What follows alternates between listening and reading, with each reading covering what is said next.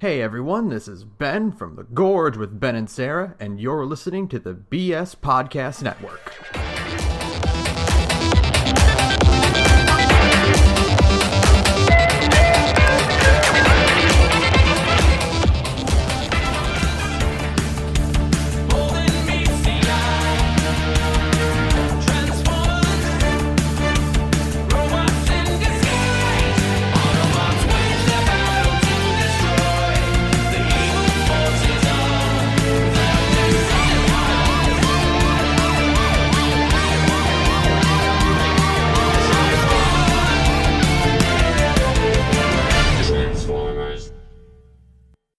This is The Gorge. It's a podcast where my friend Sara and I gorge ourselves on overanalyzing a topic.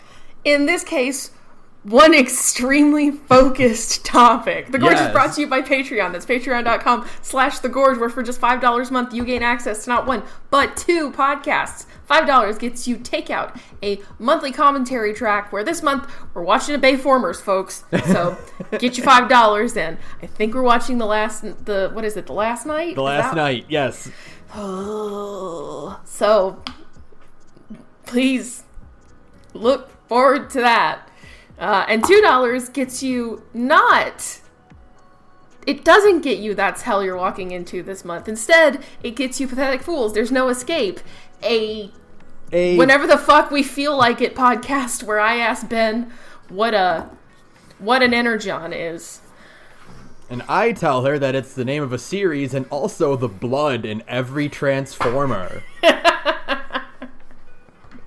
And they drink it. And they drink it, too. Every Cybertronian is a vampire. Oh, hot. Cool. I love Transformers. So yeah, if you can't tell. So, okay, funny story before we get really, into it. This was supposed to be like a break month. We were because Ben wants to do some stuff, and I just moved, so I, kind of like a break, just kind of get settled into, because it's May in a big city, and all of my friends are vaccinated now, so it's oh cool, I can actually go out and have a social life again. And then we were talking, as you do. We were do we really want to wait an entire month before we do these episodes? And we're no, I mean, I guess we can do them and everything. And then I'm well, I had a lot of fun doing Pathetic Fools, There's No Escape. Right. And we were talking about how, the next logical step for Takeout is to watch a Bayformers movie. Mm-hmm. And so we're just this is supposed to be our month off. What if instead we did a bunch of extra work? What if we did a ton of new content? And didn't take a break at all. Just kept on chugging along so that we could talk about Transformers. So that I could talk about robots. Because I like these robots a lot. So that is why you are listening to the first episode in our month-long series, TransforMAY. Such a stupid name. We went through what was the other one we thought of? You were just going to do Mayformers. Mayformers, which is good because Bayformers, Mayformers. Right. But it feels disingenuous to call it Mayform. Ooh. So we just and then I woke up one day and I was TransforMAY. It's right there. It's literally right there. Literally texted me at 8 o'clock in the morning. I've got it. It's okay, well, that's the name of the show now. So that's the name of the month now. So this is exclusively an excuse to talk for an entire month about More Than Meets the Eye. So yes, if you haven't read that. First of all, what are you doing with your life that you have not read James Roberts' The Transformers More Than Meets the Eye and The Transformers Lost Light by James Roberts? By James fucking Roberts. I don't need antidepressants. I have The Transformers More Than Meets the Eye by James fucking Roberts. Yeah, because sorry, you're gonna have a bad time if you haven't read it yet, because That's literally all we're doing this month, except for the extraneous content. Because I really wanted to. I'm sorry. I just really, really want to talk about this shit because I really, really liked it. And I feel like it's so densely packed with content that there's no way it's all getting done in one episode. Oh, no, absolutely not. They're literally broken up into 3 seasons, so it works out perfectly. Oh, yeah, it's great. I remember a year ago. Please don't drag me. Talking to you about... So I started reading these Transformers comics, and I think they're pretty good, and I think it's kind of cool. It's like this series about like all these characters no one knows about, and I ask you to name some Transformers, and you're like, Optimus Prime, Bumblebee, RC, and I'm like, none of them are in the series. Yeah, that's true. It's great. And then pop up occasionally. I was like, you should probably check it out. And you're like, yeah, maybe. And then I like got more and more into being a mark of it. And then you're just like, oh, you're just in this from now on.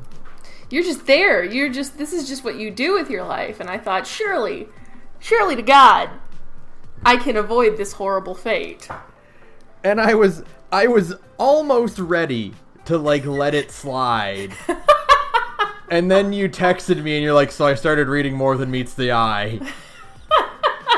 You know, there's that part in there's that part in season 2 where they're like, now he's running around the room squealing. Yeah. It's that. He's just doing loops around the room screaming. Yeah. And I'm like, oh, good. Here's the recommended reading list. I haven't tackled most of the recommended reading list yet. I just stuck with More Than Meets the Eye for now because I'm still like processing it. But that's next. You know, like anytime after May, it's basically going to be like, hey, what's going on in the roundup? And the answer is going to be, well, I read more Transformers comics. It's funny because you haven't even read Phase 1, have you? No, I've barely touched it. The only things out of Phase 1 I've read are Last Stand of the Wreckers. Oh, that's just because it's got James Roberts' name on it. Yeah, I understand. And then I read like the first few issues, like of the Infiltration, which was like the very first arc, like bit 2005 era, with the 3 humans in it. Mm-hmm. And it was all right, but like I'll go back and probably pick it up eventually and read through the rest of it. But yeah, for the most part. It'd be nice to have some context, that's why I say that. It'd be nice to like actually go and read Phase 1 so I can like, because they reference stuff, and not that often, but I mean like they mention a couple things every now and then, and it's like, oh, I would like to know what that is. Like every so often they'll be like, remember that time we went here? And it's like, but like no. Usually it's like, that's it. They're just like, remember when we met that one time? Right. It's all super disconnected from what's going on in Phase 2, which is cool. I like that because I'm way more interested in like the post-war stuff than I am in the actual war stuff. Seems like an extremely interesting angle to take an entire like leg of this franchise is to be like, that thing that like the whole franchise is based around, like the Cybertronian Civil War. What if it just wasn't about that? What if it was about like the aftermath of that? It's like, oh, that's actually really cool. Yes, thank you. I'll take more of this, in fact. So, but yeah, most of my other Transformers knowledge comes from watching Prime and Animated and reading the new Beast Wars comic. Okay. That's out. But yeah, for the most part, it is just anything with James Roberts' name on it and like a few other things. Have you read Robots in Disguise? Have you? Oh yeah, I own everything in Phase 2. Okay. I have read everything, but I didn't absorb it as much as I did More Than Meets the Eye. Yeah, because it's just good. It's just fun, and it's just a cool sci-fi story, and they just happen to all be robots. It's like, I love it. Thanks. Yeah, I guess we should get to the actual point, which that More Than Meets the Eye is a fucking delight. It's a joy to read. I've said it before, and I'm going to say it again with the exact same confidence. It is the best Western comic I have ever read. Right. There is nothing that is better. You come at me with your Transmetropolitans and your mouse and mouses and your Sandman. Yeah, it's like whatever. These robots. These are some good ass robots. Okay, there's a lot going on with these good ass robots. That immediately like groks for anyone who isn't even like that attached to the franchise. It's like once you get over the initial hurdle of not knowing anybody's names, and like once you can actually start recognizing people, it's like, oh yeah, okay, cool, I'm on board. Why not? Let's do this. And it is funny because like when I first started reading this, I had that problem where it's just like I don't recognize who any of you are, because I first read them like digitally. And I was like, and I'm reading like the first few issues and I'm like, wait a minute, I need to stop because I'm realizing I'm not absorbing any of this because I don't know who's talking.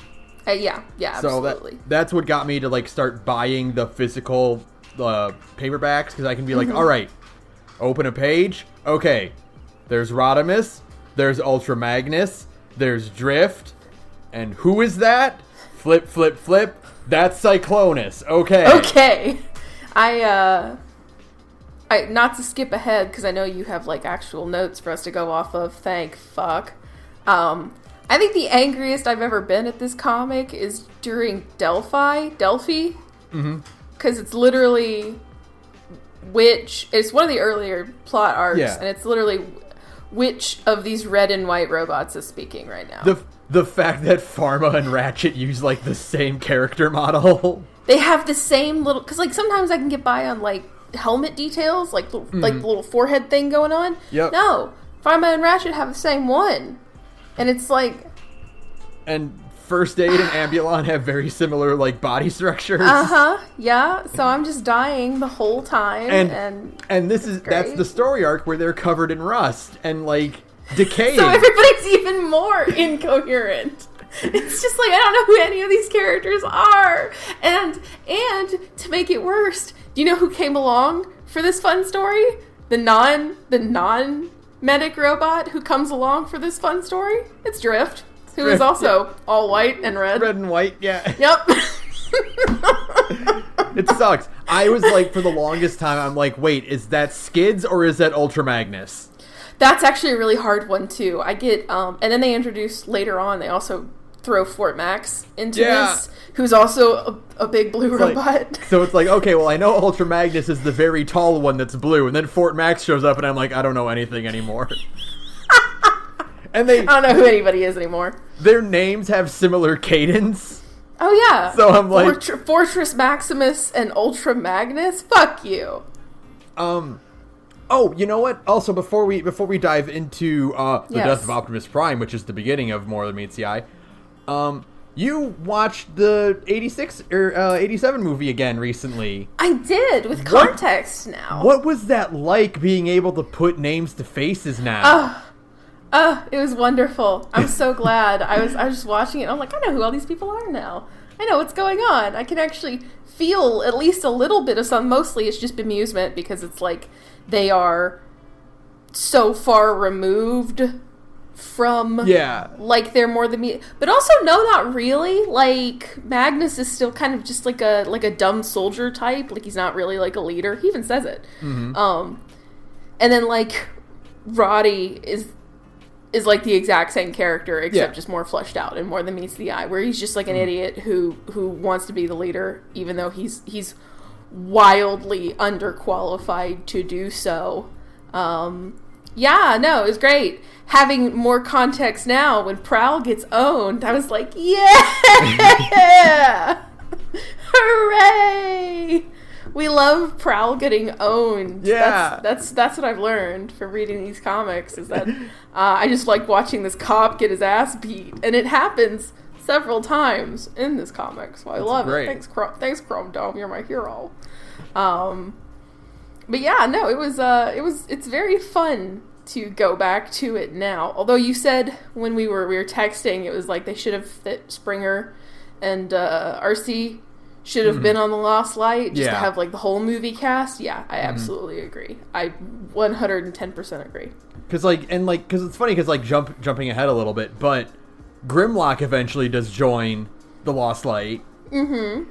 And so you're almost there. You're so close. You are almost there because the 86 cast it's Hot Rod, Ultra Magnus, RC, Cup, Springer, and then like I guess you can also count like Jazz and like Bumblebee. Sure.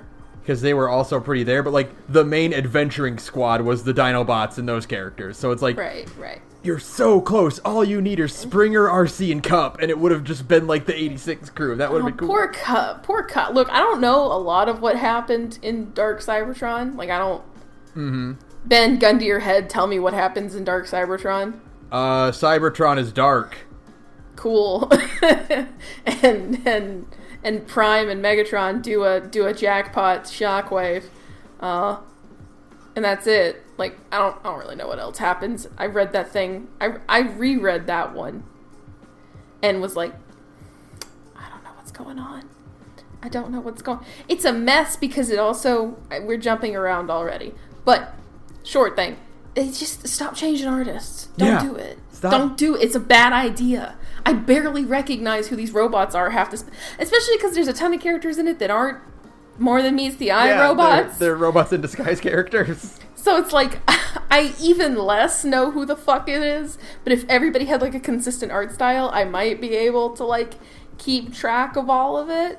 But no, each little story has its own different type of art, and I'm like, you guys are killing me right now. I'm physically dying.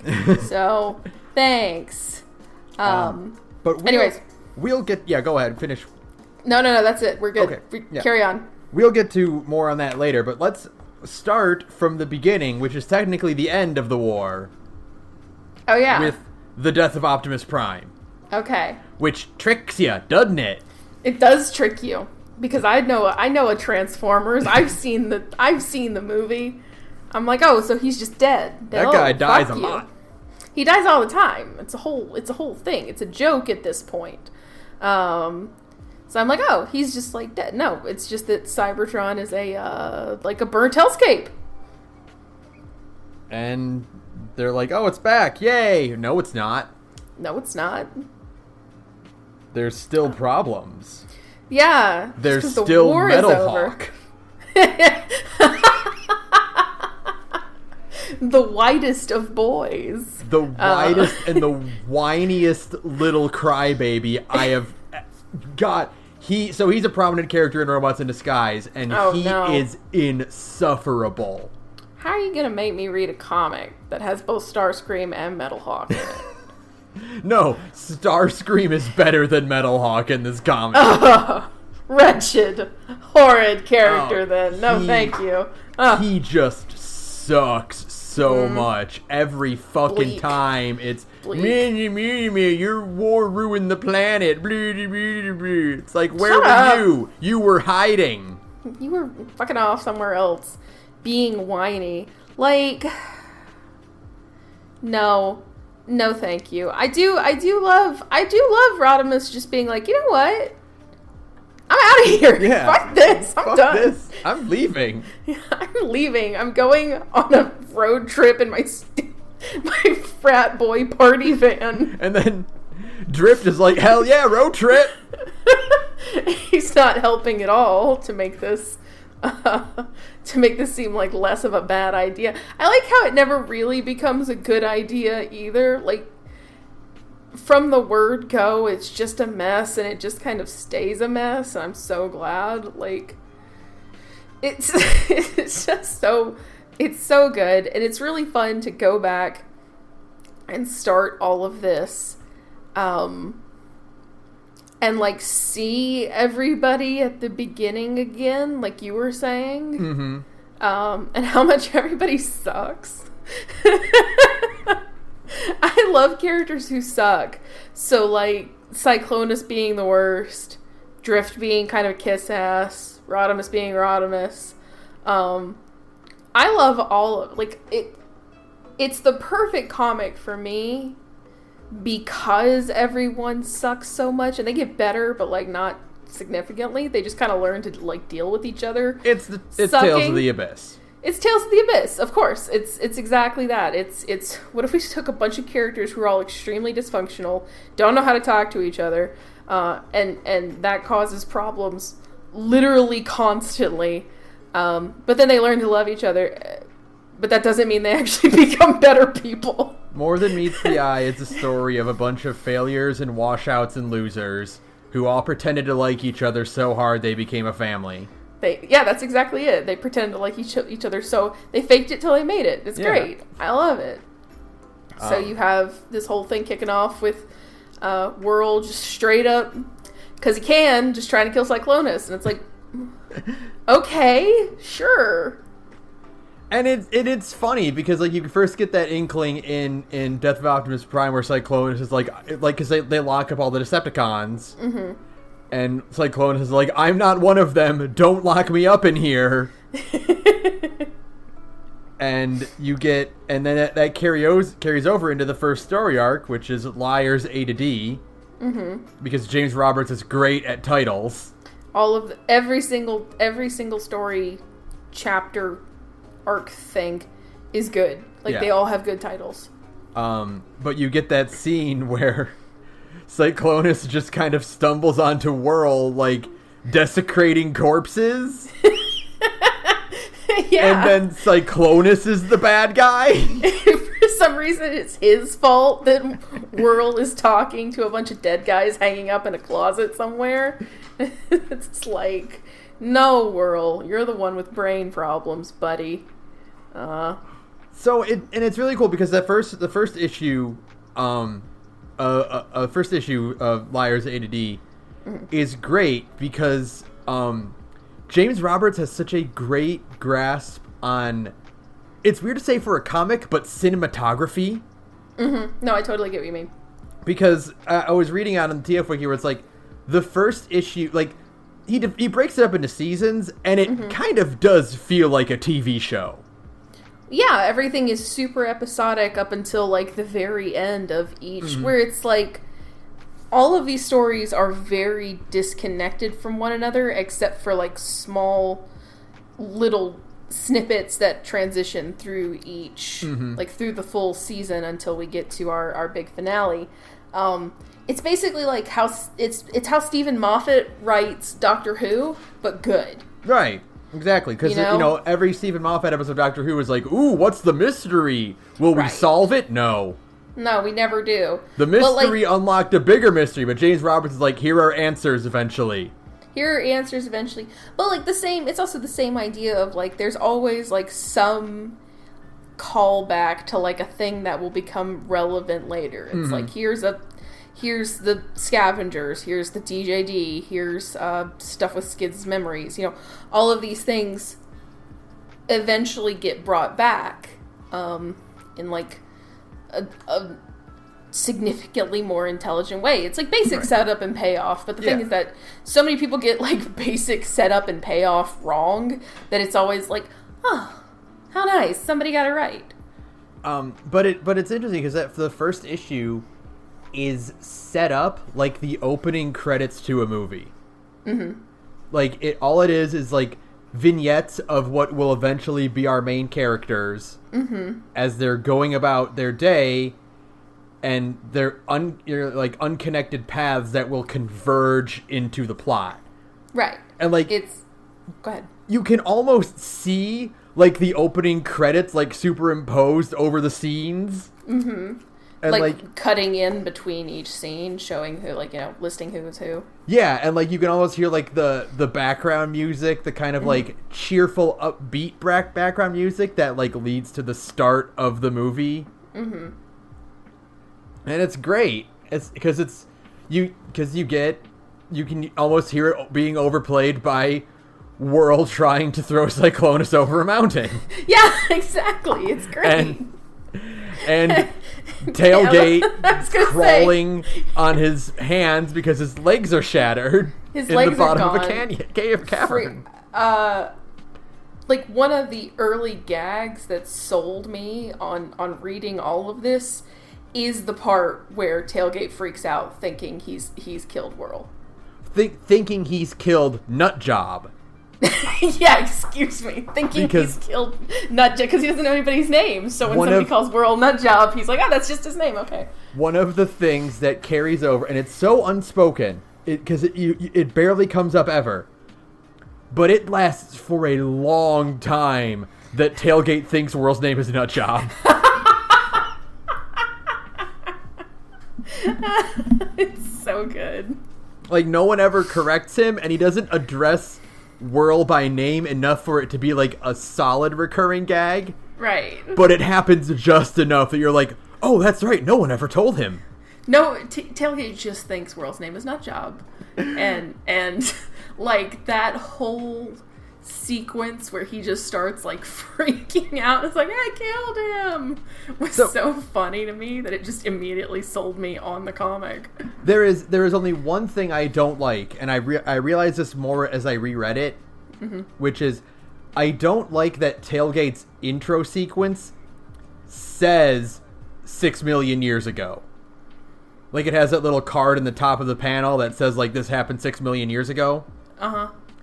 It should have been saved for the reveal when Swerve tells Tailgate. Yeah, absolutely.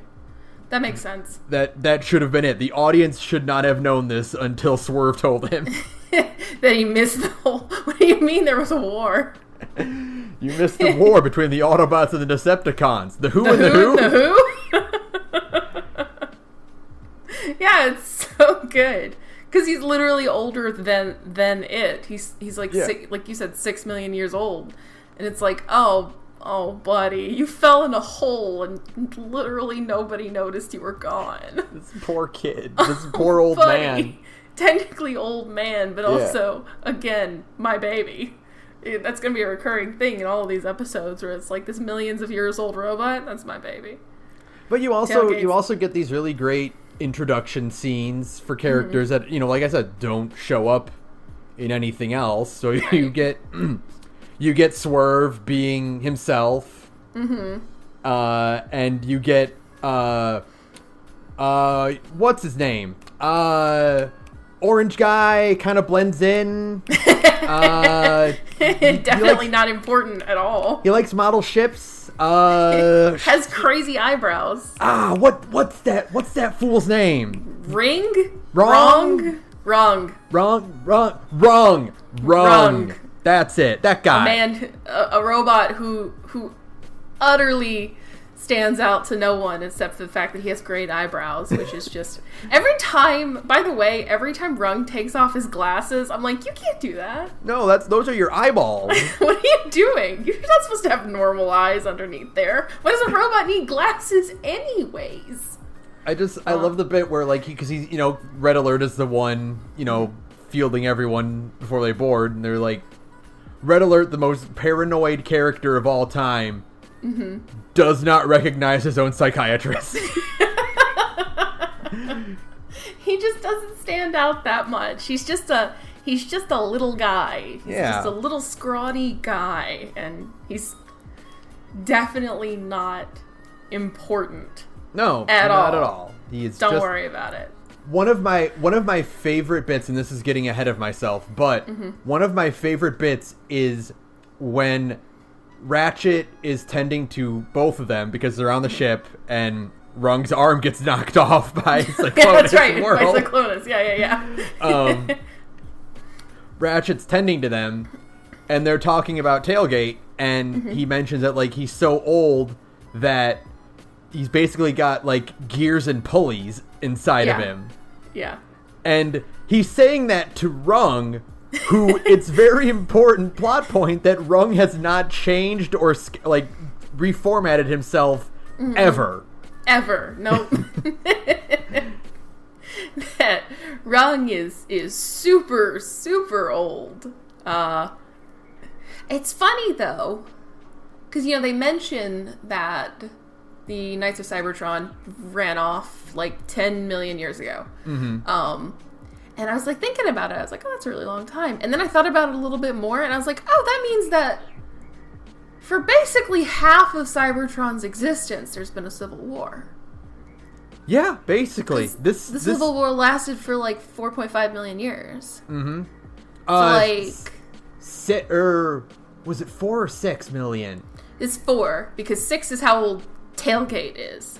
Right. So, yeah, because it starts... Because... In the grand scheme of things, it starts pretty soon after Megatron is, like, created, and he's only, like, 4 million something years old. Yeah. So yeah, it's only, like I said, 4.5 million years, something like that. So it's like, yeah, for a significant a significant percentile of like the existence of this species has just been one long civil war. It's like, oh, okay. No wonder all of you have problems. That's cool. It's like saying that there's no more blue. Yeah, we'll get to that part in a bit, but I love it. The end of the first issue is a ship exploding. Really sets the tone. Really sets the tone for how this is gonna go. And then we start the next issue. What's the name of it? I think it's just Liars A to D Part 2, isn't it? Okay. So we start the next issue with the other running theme of More Than Meets the Eye, which is they're robots. It's fine. We can do as much gore as we want to these characters. So, who's going to stop us? We open with a guy fused into the engines of the ship. Yeah, exactly. And it's like horrific looking because he's just like completely dead and obviously horrified by the way he went out. And it's like, oh, okay, I get it now. I see what you're doing. They're robots. It's fine. It's fine. That's not blood. It's energon. It's pink. It doesn't count. Yeah, it's cool. Don't worry about it. You've played Danganronpa, you know. You can get away with so much as long as you color it bright fucking pink. Yeah. So that's like the two tone setters for getting into this series for me, which was that, it exploded. Well, there's Tailgate freaking out over thinking he killed Whirl. And then there was the ship exploding. And then it basically hard cuts to somebody fused with the engine. And like you put all that together and you just immediately get what you're getting into. Exactly what kind of comic book you're about to start. One of the Duobots gets fused with the engines. Right. The other Duobot gets devoured by a Spark Eater. Which is the other thing that happens in this part of the story. Who are also terrifying looking, by the way. Yeah. We're just really kicking it all off, aren't we? We're just going to launch into body horror and monsters that eat parts, and it's like, oh man, okay. Let's get going then. It's called a Spark Eater. Imagine if we had like a creature called a Heart Eater. Yeah. Yeah. and it literally did tear your heart from your chest and like pull it out from your brain. Yeah, that's true. These this is when we get like we start to like learn like what Chrome Dome's whole deal is. Chrome Dome's whole deal, which is, you want me to do that? That'll kill me. Every time like they ask him to do anything. After a certain point, I'm like, are you sure? Or is it just that you don't want to do it, buddy? Which I mean, like, valid. That's fine. You don't want to do your job, but like, I don't believe you. Every single time Chrome Dome has to do nemnosurgery, it's super dangerous and deadly. It never ever turns out well, which is great. We loved it. Again, it's really setting a tone here for how much everybody's such a fuck up. I love it. Oh my god. And I just love that it's like just part of Cybertronian like culture is to be a memnosurgeon. Yeah, it makes sense. You have an entire species of like digital things. It totally makes sense to have somebody whose whole job is to, like, wheedle around with the fact, like, with your digital memory. It's not like you have a meat brain. You have a digital brain that can be modified. Like, you can't really modify meat unless you take a hammer to it. That only goes one way. Yeah. It's not a positive thing, ever. But, like, in this case, yeah, you actually, like, that's a whole thing, and it's not a good profession to be in. It seems like everybody who does it is exclusively driven to total madness. See season 2, which is next week. Yeah. Or whenever the next episode goes up. But yeah, and it's like... okay, well, no. We're getting ahead of ourselves. Yes, again. we are. Because it's like, I was going to talk about things with Chrome Dome and Rewind. We can talk very briefly about Chrome Dome and Rewind, though, because I love them. I think it's one of my favorite parts of this comic, is this total, is Chrome Dome the complete and total fucking train wreck, and Rewind, who just hoards... who literally has live leak in his head. Yeah. And that's his whole thing, is that he, like, has, like, you know, Reddit-style death videos just up in his noggin, and he gets in trouble for having them. Yeah. And it's like, oh, great, you're both just fucking disasters. Now, he has those for a reason. It's not, like, his thing. I know, but still. But he still extremely has them. But, like, you don't, like, when they bring it up, like, the first time they mention that Rewind got chewed out for having live leak in his brain, basically, they don't explain why that is yet, and so you're like, oh, so he's just a freak, too. Yeah, okay. so he's just a weirdo, okay. So they're just weirdos, and they love each other. Cool, that's good to know. Yeah! It's, like, we talked about it in the roundup, after I finished it, but it is still totally unexpected how gay the robot comic is. Yeah, it's still just how casually it's done. It's not a big deal. It's no attention is called to it, because why would they? Like, of course, that's just the normal state of society. But it's, like, treated as a total... And it's not like wink, wink, nudge, nudge, they're gay. No, it's, like, on-screen I love yous and hand-holding. And, you know... I mean, they can't kiss because one of them lacks a mouth. But, you know... neither of them have mouths. Well, both of them are lacking mouths. Yeah, I just realized that, too. But still, like, you know, there's affectionate gestures and you know... romantic partner arguments and I love yous and all that, like, sappy stuff that I eat with a spoon. And it's presented as the most casual and normal fucking thing, and it's still so cool to me.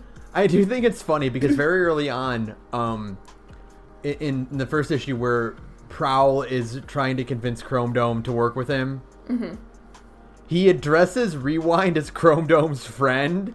And in hindsight, it just comes off as Prowl being a jealous ex that he is. That's exactly it. Yeah. It's not as much of a great joke as it would be to constantly call Prowl a homophobe. I don't think that's even possible in this setting. So I'm gonna have to, you know, toss out my favorite insult. So instead, it's just that Prowl is an embittered ex, a rude harpy who's pissed off that Chrome Dome found somebody who isn't a cop. Don't take cops, kids. Even a train wreck like Chrome Dome knows that. So, you know, we don't date cops in this family. But I love them. Like, it's just refreshing. You know? It's nice. It's nice to see it and, like, realize what's happening and just be like, oh, well, this is just going to be the series. Like, this is just going to be in it now. This is just how the series is, and it's always played as, like, the most, like, casual of things, and they never call attention to it other than the fact that it is, like, a romantic situation, and it keeps coming up. It's great. There's lots of you know, so-and-so has a crush on, X and Y and things like that, like what your type is, and all of these little things. And it's like, oh yeah, this is just, it's just nice, especially in a series that is like ostensibly, it's derived from a cartoon that was for little boys, right? And you don't usually see that kind of thing in what is technically like a comic for dudes. Obviously women read comics, but it is still a Transformers comic at the end of the day. Yeah. You can imagine this was big on Tumblr when it was coming out. It's still big on Tumblr. What the fuck are you talking about? It's still a massive part. What do you mean, Sarah? It's like I still have a Tumblr. Of course I still have a Tumblr. So right away we're introduced to wacky shenanigans. We're introduced to who are going to be our main characters. We're introduced to fucked up concepts like spark eaters. And getting fused with the engine because of a quantum teleportation fuck up. 3 members of the crew don't even make it past the launch. Yeah, that's about right. And then we shift to the first, okay, we're in it story arc, which is how Ratchet got his hands back. That's how Ratchet got his hands back. It took us 40 minutes. We're on the second arc. We're in trouble. We gotta speed some things up. All right, we gotta move this along. Yeah. First thing, already brought it up, needs to be repeated. Why the fuck would you have an entire comic book arc featuring nothing but red and white robots? Red and white medical robots who all have similar markings and whatnot. Because they're all kind of cut from the same cloth. Oh, and Pipes. Pipes is also here. Well, Pipes is also here, but Pipes gets taken out of the action real fast. Pipes exists to Red Shirt. I mean, he doesn't die yet. But, Pipes gets sick and then is basically taken out of the story. Yeah. So it's still mostly just a story about a bunch of red and white robots. It is Ratchet, Drift, First Aid, Ambulon, and Pharma. Yep. It's just okay, sure. I love, and we'll get more into this later, I love the dynamic that Ratchet, First Aid, and Pharma have. Yeah. Yes. And it comes up later, but in this it is still really good because there's that bit in the arc, or later on in the story arc, where Ratchet has Pharma at gunpoint, and Pharma is giving his big monologue about why he's doing this, and et cetera, and whatnot. His villain speech. And then he's daring Ratchet to shoot him. And he's like, but you can't do it because I'm your mentor and you can't bring yourself to pull the trigger after everything I've done. And Right. Ratchet's like, the reason I haven't pulled the trigger is because my finger has stopped working. Yeah, my hand has stopped working. And also, in the time that you have taken to give your dumb villain speech, you've been standing what is essentially a pool of my blood, Yeah. That disease that's transmitted through, blood to basically skin. Not skin, but you know what I mean? Yeah. Contact basically. with blood is what transmits the disease. And it's I've just been letting you talk so that in the meantime you would also catch it, idiot. It's great. It's great. I love it because Pharma is one of my favorite types of villains. Pharma is incredible. Frankly, the only problem with this comic is that Pharma doesn't show up enough, and he shows up a lot. Pharma is great because Pharma thinks everyone is obsessed with him as much as he is obsessed with them. Right. And that's specifically Ratchet, even though Ratchet does not think about him ever. That's such a great flaw for a villain to have because it leads to such an interesting ego to them. Yeah. Where he's almost obsessed with getting it's not approval, but it is definitely obsessed with acquiring the attention that he thinks everybody has for him, even though everybody just doesn't care. But he's acting out in the way he does basically is just advanced attention seeking. He wants his target to be impressed with him. Right. And he thinks he's manipulating his target because obviously they must care about this as much as I do. Right. And I get to go, I tricked you and made you look foolish because you're so obsessed with me that it blinded you to my master plan. And then the truth is that, like, Pharma is so self-obsessed and trying to acquire everybody's attention that, like, he doesn't even realize that nobody gives a shit. Yeah. Like, nobody cares. They're all too busy, like, figuring out his dumb plan.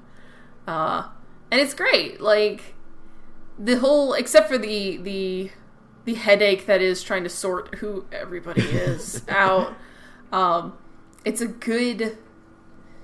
good first arc to kind of go, because again, we're getting all of the same, like, touchstones of what's been established in the beginning, which is like body horror shit, aka like robot zombies, kind of. There's body horror stuff. There's a bunch of people who are totally fucked up from, like, the Civil War.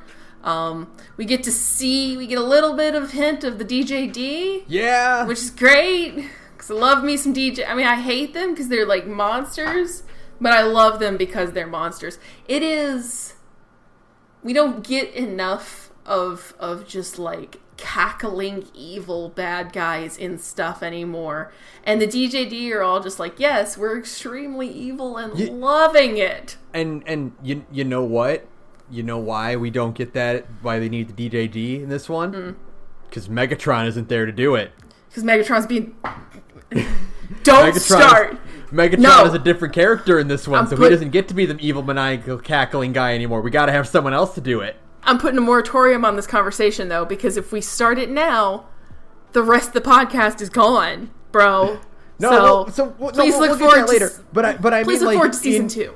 In general, Megatron as a character has been steering away from his original interpretation of being, maniacal Dr. Claw cackling, tie you to a railroad track type. And he has become a lot more, conniving and strategic and just, like, imposing over time. Right. Yeah, exactly. More like a more intelligent villain type character versus just, like you said, tie you to a railroad track. But we still gotta have that. And we got that in the DJD. We got a lot of that in the DJD. We got that in the DJD and Pharma, even. And in Pharma. Pretty well. Yeah, Pharma does a lot of just, like, evil, cackling horse shit. But, we also, and speaking of them, we also do get that really great scene on the ship. Mm-hmm. Or, the B plot of this arc is, the Liar's A to D ends with Tailgate being like, I want to be a Decepticon. I am being radicalized. And, because, like, Cyclonus gives him the rundown, and it's like, he basically just tells them that, like, yes, the Decepticons fought against a corrupt government. And Tailgate's like, I like the sound of that. That sounds great. And so he goes up to a ship full of Autobots and says, I want to be a Decepticon. Oh, honey, no. And to their credit, Ultra Magnus and Rodimus handle it as well as they can, which is going, have you said this to anyone else? No, come with me. Come here, sweetheart. Come here. Go put on some movies, dear. And speaking of cinematography, I love that whole sequence where it's Rewind sets him up with, it's like 11.2 seconds of footage. Right. And Rodimus is like, he holds up the two badges, Autobot, Decepticon. Mm-hmm. And, Rewind lists off, like, all the things he's showing them, Tailgate. And, like, at the end of it, Tailgate, like, that panel of the crushed Decepticon badge. Yes. Yeah. It's so good. Oh, it's so good. No, it's amazing. Yeah. I eternally, like, Cyclonus is, like, my 4th favorite character in this entire comic, because I love a sad skeleton. But, like, he actually might be my 3rd favorite character. I think I might actually... It's so hard to decide, isn't it? I think, no, because it goes Megatron, Rodimus, Cyclonus tailgate whirl. I don't know. You ask me next week. Right. I'm like, it would be completely different. Because, like, as I'm reading this, like, as I'm going back through it, you know, kind of flipping through it for the purposes of this podcast, I'm like, hey, wait a second. I think I love Drift, too. Like, I love Drift. We hadn't talked about him much yet. Although he is a significant part of the Delphi storyline. He does do that. Does have that great moment where, like, after Pipes bursts through the wall, and yeah, the sick diseased Autobot is like marching toward him, and Drift does a Virgil move. No, yeah, Drift does like actual Virgil stuff, not often enough, frankly. And then Ratchet's like, what the hell was that? He was coming right at us. Yeah, at like 3 miles an hour. Yeah, he was just like shambling toward them, and Drift just immediately like turns him into spare parts and owns. I love him because he's just, his aggressive positivity that just gets on everybody else's nerves is amazing. I love the whole character trait of him just basically being an Autobot hippie, like where he talks about people's auras and shit. Yeah. It's like, I can see into your soul. It's like, no, you can't. Shut up. You're a huge dork. I think he's great. So, like, if you ask me next week, he might be further up the list once I've had more time to chew on it. But that being said, I love Cyclonus. I love every single one of his fucking brain problems. The fact that, like, you know, Tailgate's like, never mind, I want to be an Autobot. And, like,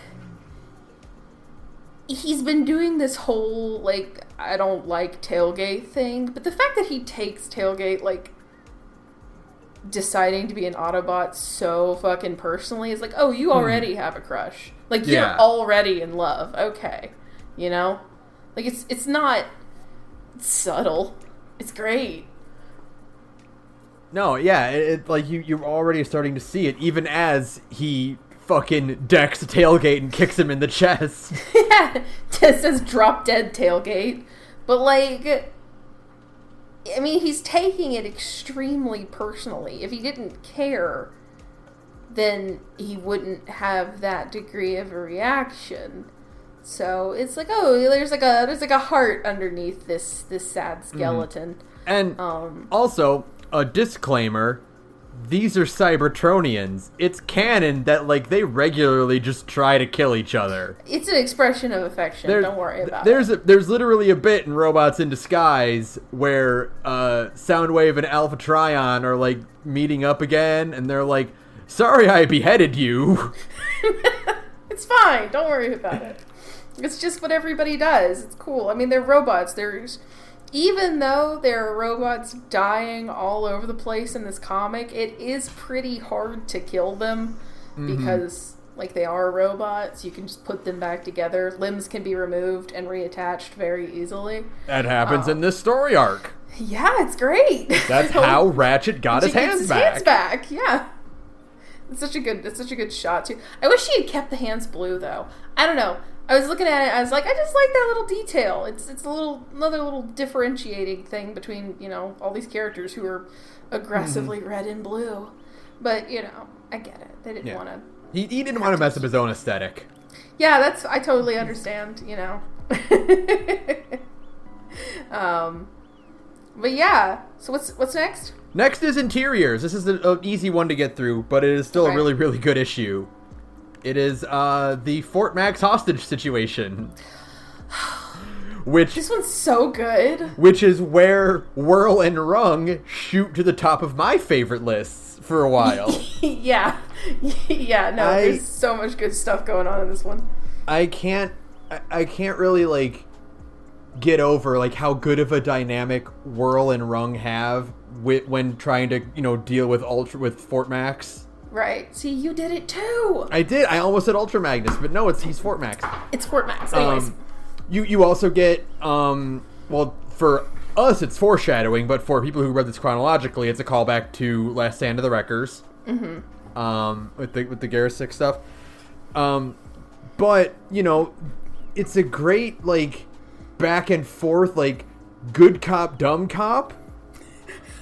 With good cop, chaos cop. With Rung trying to calm Fort Max down and Whirl egging him on so that he'll keep his attention on Whirl.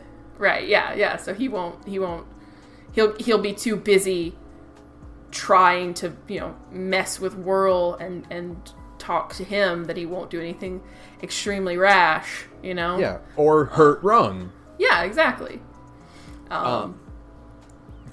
What was the bit where Whirl says something and Fort Max punches him in the face and he's like, wow, if I knew that would have set you off, I would have said something genuinely insulting. Yeah.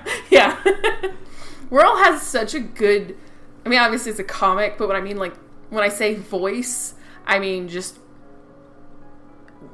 you know, all of, like, if you took all of his lines out of context, out of, like, the context of paneling attached to his face, you would still know that it was Whirl saying them. Yeah. You know, he has a great character voice just in, like, the way he talks and the way he reacts to things. His you know, word choice and whatnot just, like, fit really well.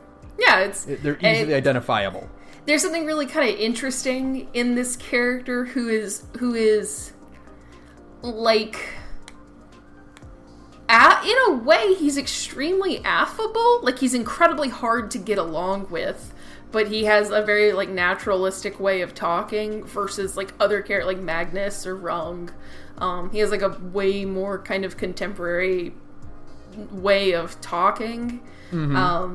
So that he seems, like, other than maybe Swerve, kind of like the one you could hold, like, who seems like the most normal to talk with, right? But he is, but like, it's kind of that thing where you start to forget that he's also kind of like a cackling psychopath. Like, he brings it back up over and over again, but kind of in the moment, like in the moment to moment, you're like, no, this isn't like a maniac, but like, yeah, actually it is. This is like, a crazy person. He's so genuine in everything he does that you forget that he is, like, legitimately unhinged. He's extremely unstable and very, very dangerous, but, like, he's also very funny and likable in that way, which is why Whirl is also on that top 5 list. He's so good, man. He's so good. He's such a standout character. Holy shit. I do have, like, a fan cast for everyone, and I can't not hear Nolan North's Deadpool. That's a good choice. No, that actually is a really good choice of, like, that exact kind of level of goofy, fun-loving psychosis. Yeah. That tracks. Like, without the fourth wall, like, Whirl is about as close as you can get to Transformers Deadpool. Yeah, absolutely. With just the total unwillingness to take anything seriously. And, like, the times he does take things seriously are extremely rare, which is what makes them so good. This issue also has one of my favorite moments where you first get...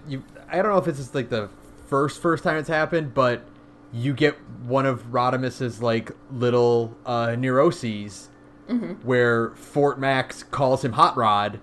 Yeah. And that just, he, like, ends the call, like, almost right after that. He gets so mad about it. He's just, like, grouching, like, the nerve of that guy calling me Hot Rod. Like, no, man, he has earned the name Rodimus. Right. Like, that's him now. That's his identity.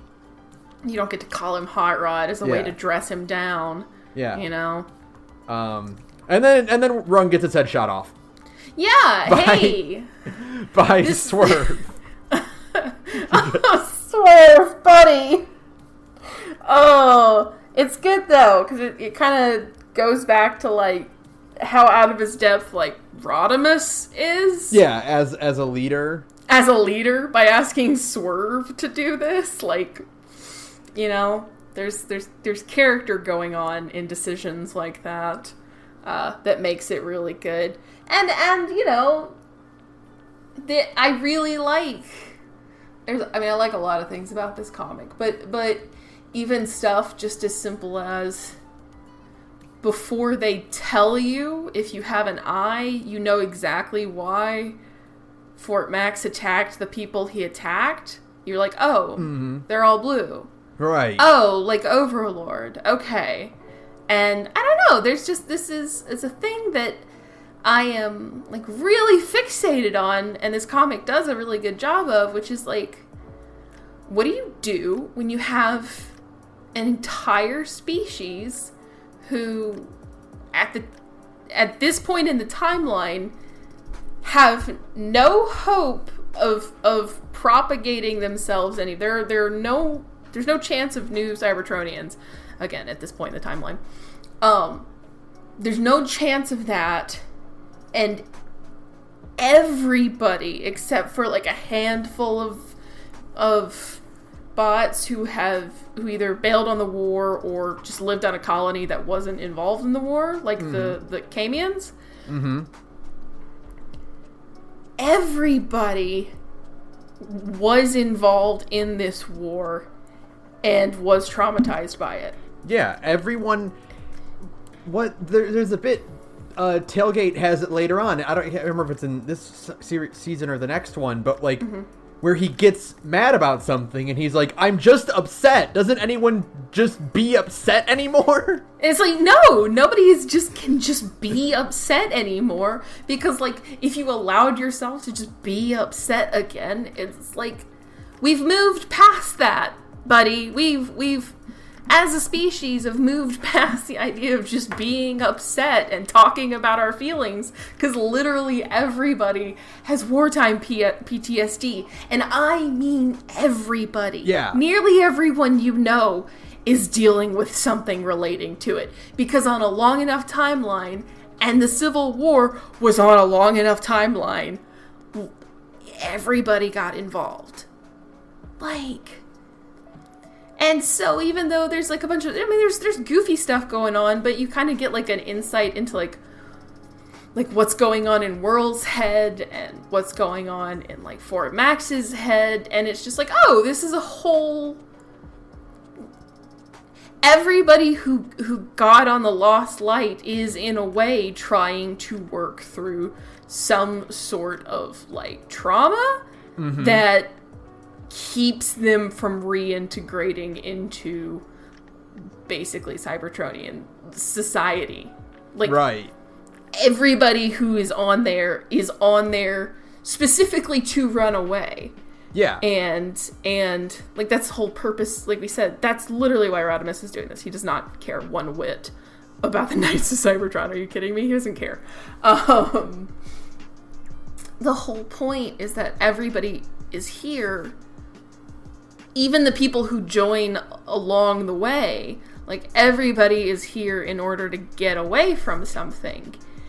And it's like, it's funny.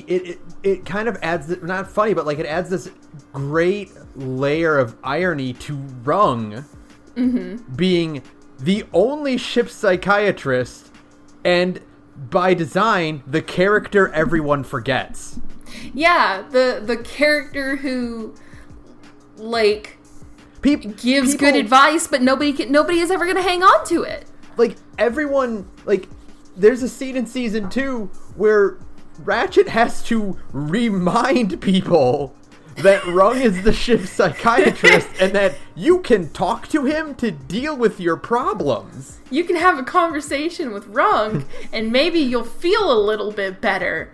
And it's like, I don't know. I just think it's easily the most compelling part of the whole comic, and it really comes up hardcore in this little storyline of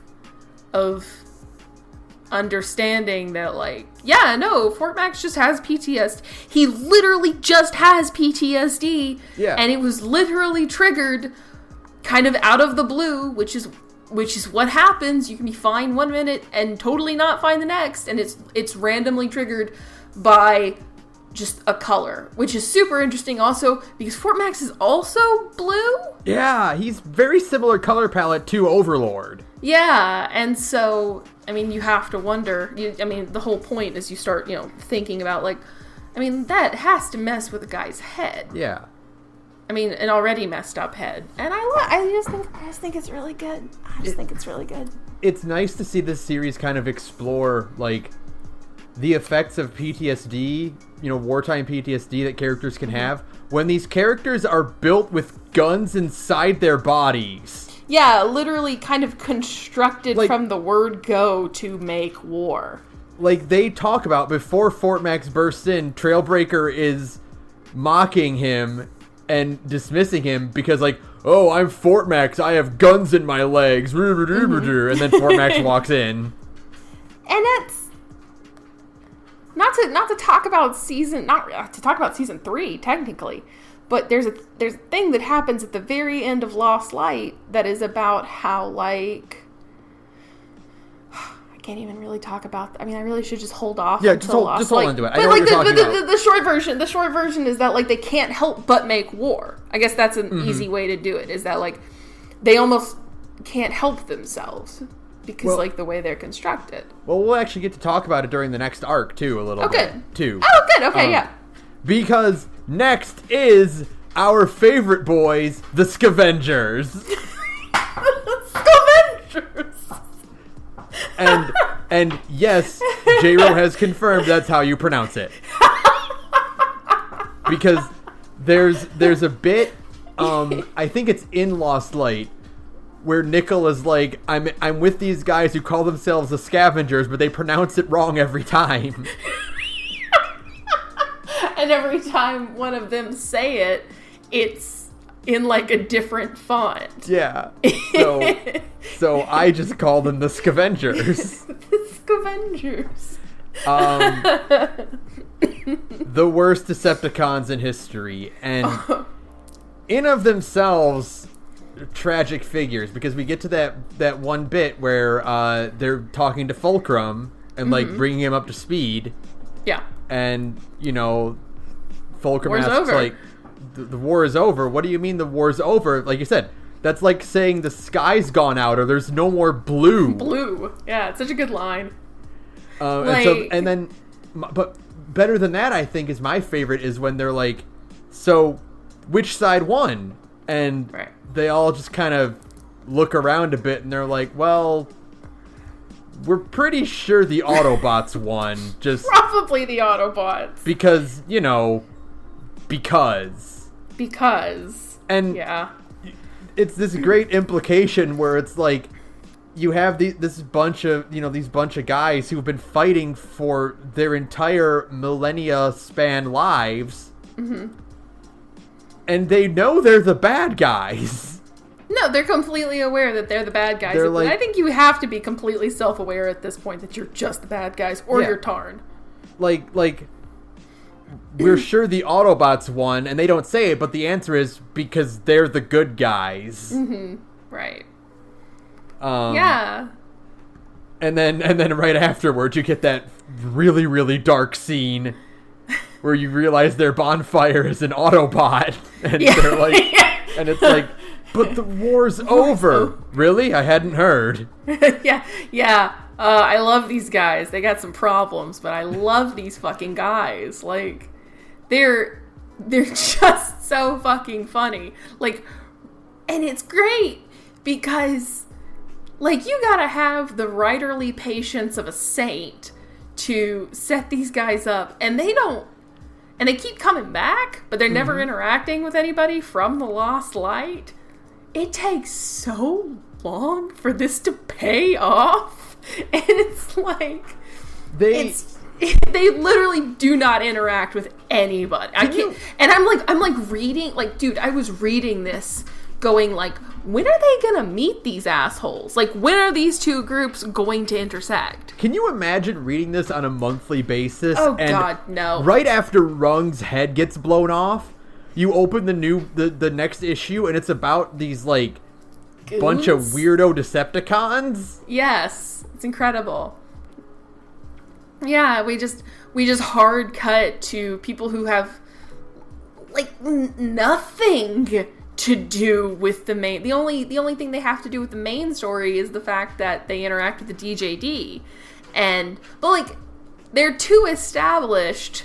Like they interact with the DJD, but it's like they're way too established for these to just be like one-off characters who exist to introduce the DJD. Do you know what I mean? Right. Yeah. Like that's like a common trope in storytelling is sometimes to like introduce your major characters by using a bunch of disposable minor characters. Right. Mortal Kombat does that. Yeah, exactly.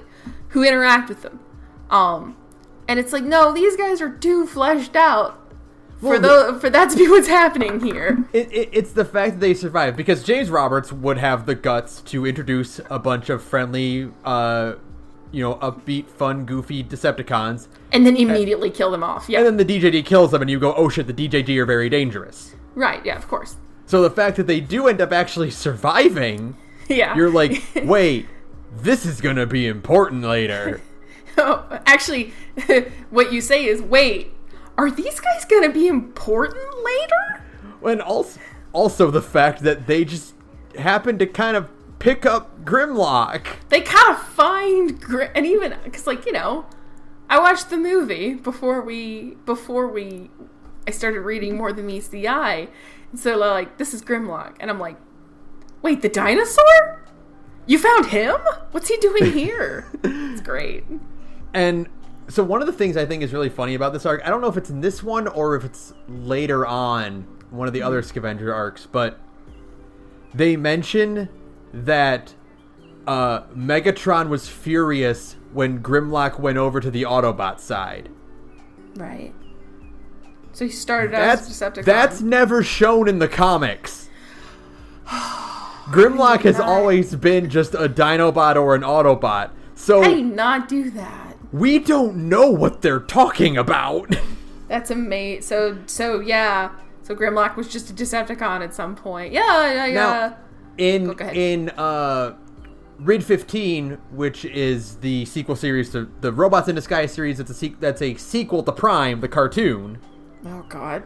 I know they use the same name, and it's very annoying because they were kind of running more or less concurrently. Oh no. So in fandom, it's Rid 15 because it started in 2015 is the cartoon. Okay. X-Rid is the comic because eventually it drops the Robots in Disguise subtitle and it's just the Transformers. Oh, so it was X. Yeah. I get it. Okay. X-Rid. So in Rid 15, the cartoon, Grimlock is a Decepticon. But he's like way more like affable, and when he finds out that he can quit and become an Autobot, he just does that. Oh, okay. Okay. You can just quit. Cool. Yeah. Good to know. But I love that. I love that. And they're just like, holy shit, we have Grimlock now. Yeah, they just found one of like the big heavy hitters of Transformers-dom, the T-Rex. Yeah, one of the few that can probably go toe-to-toe with Tarn. Yeah, exactly. It's great. Oh man, and then he's just got, like everybody else, he's got a lot of brain problems. Turns out, it's amazing. It's so good, and we do get our real proper introduction to the Psycho that is Tarn. We must stand. He sucks so much, but like he's so crazy. The DJD are amazing characters. They're like monsters. It owns. What a great concept to just like up the ante. Yeah, it's like, okay, so you know how like Decepticons like suck? What if that, but worse? What if there were a group of Decepticons that could decide that you weren't being a good enough Decepticon, and they would just shove you into one of their chests, which is this giant spinning fan. Mm-hmm. Or they have the one that just transforms into an electric chair. Yeah, or or Tarn can literally just talk you to death. Which is amazing. It's so good. It's like it's just the most psycho shit for the most part. It's completely insane, all of it. And again, it takes so long for the DJD to pay off. Like and constantly I kept thinking it was gonna happen, right? Like right. I feel like every time I was texting you, I was like, ooh, it's happening now. Like we're gonna finally have like, you know, these two crews cross paths. That's what's gonna happen. No, it's not. Fuck you. You gotta keep waiting. So it's it's such good like tension building, because always in the back, especially because they establish I think even in that issue, like in this storyline, they make the connection between like Skids' brain problems and Tarn's Empyrean Suite, the song he likes the most. Because like, they make that connection. I think, because, you know, we also get cuts to the B plot, and I think this is in the B plot where, for what reserve, Tarn references the Empyrean Suite, and I think, this is the arc where Tailgate is learning to be an Autobot. Right. And Ultra Magnus references the Empyrean Suite during his 10,000 page lecture on the Autobot code. Right. 10,000 pages? 10,000 pages? Oh, Tailgate. But no, like we finally, you know, you set up that, you know, we set that up for extremely later payoff. And so you're just waiting. You're like, okay, so Skids has got memory problems. We don't know what those memory problems are, but we know that they're too horrible to be instantly recalled, or they would drive him completely insane immediately. And then you also know that there's like a connection through the Empyrean Suite to Skids and Tarn. And so you're like, oh, okay. So obviously that is what happened, but we don't know the details. And again, this is early in More Than Meets the Eye, and it doesn't pay off until like the very, very end. Yeah. And so all this stuff is just kind of being built on constantly and like reminding you, even if you're not actually seeing the DJD ever, like you're just constantly being reminded like, oh, this has got to happen at some point. And even more overtly than that is you get the payoff at the end of the arc, which is the Necrobot and his list, and seeing like Drift's name on the list, and going, oh shit, the DJD left these guys behind to go fight something bigger, and now we're seeing Drift's name alongside Fly High, or is it Flywheels? No, Flywheels is Misfire. Who was it that got killed? Ben, you have a better remembrance for these names than me. God, hold on, I'm gonna look them up real quick. I'm still learning my names. I know most of the Lost Light names and all the other important ones, but still.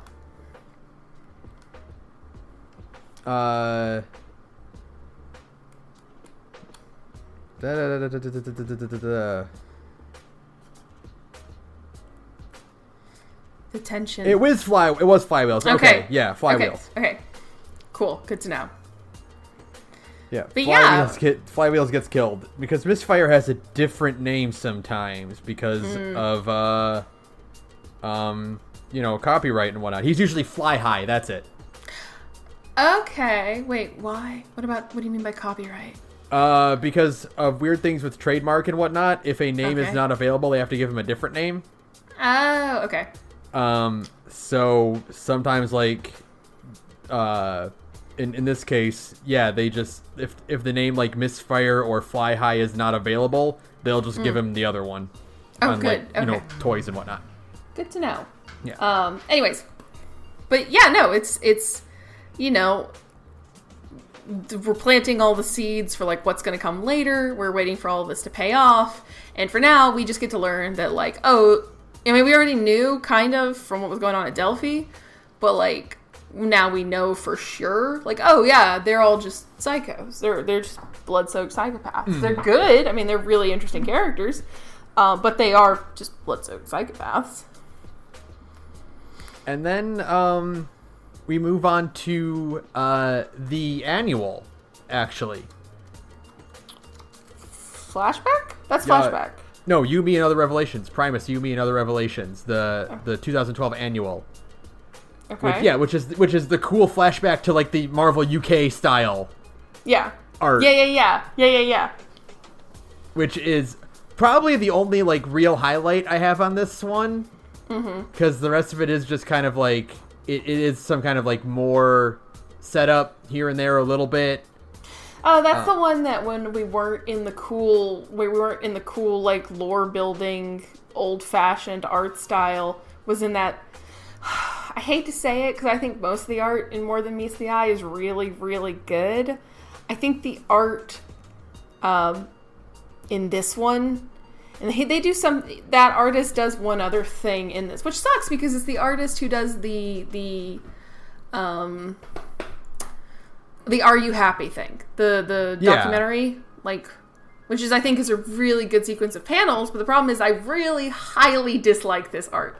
A lot. I think it's very bad, actually. It's way too grimy. It's way too, like, hard-edged. It just doesn't fit at all. It just doesn't fit for what's going on in, like, this series of storylines at all. It just looks wrong every time. Everybody's faces look way too old. I only have a few notes about this one, mostly for one thing. I love not only the retro throwback art style, but the dialogue, the super expository dialogue. Yeah, the very corny old-fashioned comic book exposition. Yeah, it's really good. Characters, especially because it's technically Cyclonus telling this story, right? Yeah, well, yeah, he's because he's in it. Him and Galvatron are in it. But I love there's a bit where the characters stand around and talk to each other and tell them their names and their powers because they want you to buy their toys. Yeah. Which is a very, very common Marvel UK Transformers thing. Which is, here's me, and here's why you should buy my action figure. Here's what I do. Spend money. And, you know, Kirby dots are always appreciated. Anytime Kirby dots show up, I get excited, though. But beyond that, like, there isn't really too much going on here that's like noteworthy. Ultra Magnus smiles, which is a hilarious gag. The fate of his survival depends on him flexing his mouth rotors. And he's utterly humiliated by it. Yeah. Everybody's making fun of him for smiling, and he's like, "This is the worst day of my life." I love it. But yeah. So that's all I really have to say about it. That's fine. The next arc, though, is the arc where the crew of the Lost Light does their own podcast about how cool Transformers are. Yeah, it's the coolest. Shadowplay trilogy is dope as fuck. It's extremely cool. It's very... I don't know, maybe it's just because, like, again, I have no connection to like any past Transformers stuff, but anytime they like show like Cybertron back when it was like a functioning place, I'm always just like, oh, how novel, how adorable. It's just, it's really cool. What I think is really funny, like really, not funny, but like really cool about these old flashbacks is that like, I have to give major credit to every artist for Transformers. Oh god, it's because such a nightmare. Here's a robot. Here's like 3 variations of that robot that you also need to be good at drawing. And they have like varying bits of kibble and extra parts on them. Because like... I couldn't imagine being an artist for a Transformers comic. I don't know how people do it. Because like Chrome Dome is a major character in this arc, right? Right. You see modern Chrome Dome with the shoulder wheels and like the kind of like more slender, like stylized body. Yeah. And then they flash back to old Cybertron where he's a lot more boxy and like classic styled, and it's like, yeah, you had to have like character reference art for like all of these different designs. Oh, it's incredible. And I mean, it's insane the amount of just the amount of like art that has to go into something like Transformers, the More Than Meets the Eye runs, and I've talked about this before, but I'm gonna do it again. The More Than Meets the Eye runs, primary artist is Alex Milne, who is just a god as far as I'm concerned. There are other artists who come in and do like one-offs and stuff. And Lost Light has a different artist who we'll talk about when we get to Lost Light. I don't think he's a bad artist either, but I just think Alex Milne is on another level. I think the look of More Than Meets the Eye is one of the things that makes me love it so much, because you have these like very like strong lines and dirty details and really washed out kind of cell shading going on with all the art. It's just beautiful. It really is. It's when you look at it and you can just see how strong like his grasp of form is and how easily readable everything is. I just think it's, and like again, the color palette they use is really unique compared to even other comic books in the series, and compared to the other artists they use. He just has such a distinct look, and the fact that he can do that and also juggle like these so many fucking robot models is incredible. It's not like, and it's not even like, you're not like drawing the X-Men, which is like, okay, right. The X-Men all look a little bit different, but they're all human basically, right? Right. You know, and they all kind of wear like the same uniform, right? Yeah. Rewind and Whirl have completely different designs, different body types. Like even just like the lines on Whirl are so much more aerodynamic, I guess. He has a lot more like swooping lines, whereas Rewind is very boxy. You've got to think about, okay, how are Cyclonus's wings going to interact in this scene? How is Rodimus's spoiler or Ultra Magnus's shoulders, how are they going to be presented in this shot? How do you effectively convey the fact that this extremely chunky ass robot has his legs crossed? Yeah, how do you do that? How? Do you know how hard it is to pose a Transformer toy to cross their legs? How do you make somebody understand that Rodimus is currently sitting like, you know, crisscross? How? Because I sure as shit couldn't do it, and I went to art school. I have no idea how people do it. By the way, you also have to be good at drawing cars. You have to. Sometimes they become cars. Sometimes they turn into cars and airplanes and shit, and it's like, no. Everybody knows that every artist on Earth hates drawing cars. We all hate it. Nobody has fun doing it. It makes us all cry, even the very notion of it. And it's like, if you want to be a Transformers artist, you got to be able to do that easily. Like it's, now that I think about it, it's no wonder that every recent Transformers cartoon has been CGI, because it's like, we made one model, we're done. That's it. Yeah, Transformers is the one series where it's acceptable for them to it to be all CGI. Like, in general, I prefer 2D cartoons, but... Let me think about this for a minute. 86 animated. No, they were CG in the Energon trilogy. There have only been 2 Transformers cartoons where the robots were not CG. The original cartoon. Uh-huh. And Transformers animated. There's one more, because I've seen it on Tumblr. It's not called Cyberverse. No, Cyberverse is CG. No, I'm thinking of something else. There's one more. It's like more... It looks like it came out of Japan instead. You might be thinking of Headmasters? No, I'm not thinking it. I'm not. Because if I knew the name... Whatever. If it looks like an anime, it's probably animated. Maybe. Because animated is the one that looks like Teen Titans almost. I believe you. I think there's one more, and I just can't remember his name. But no, the majority of them are CGI for a reason. Like Beast Wars and Beast Machines were CG. Prime was CG. Robots in Disguise is CG. Cyberverse CG. And then no, what you're thinking of is there was an anime. There was the Energon, Cybertron, and Unicron series. That's exactly what I'm thinking of. Yeah. The robots were CG though. Oh, were they? The humans were hand drawn. But the Transformers themselves were CG models. That sounds very bad and not good to watch. So I think I'm gonna pass on that one. And it had many problems back in the day. But but that's it. The only time they actually ever had to hand draw the cars were for G1 and animated.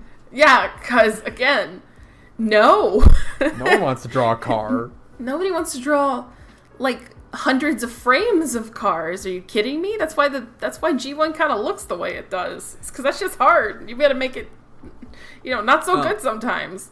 But no, the whole Shadowplay trilogy is probably this is one of those arcs where it's just James Roberts flexing his writing skills. Yeah, absolutely. Because it's just hey, and again leading on to that, this feels like a TV show because hey, we're going to do a series of movies now.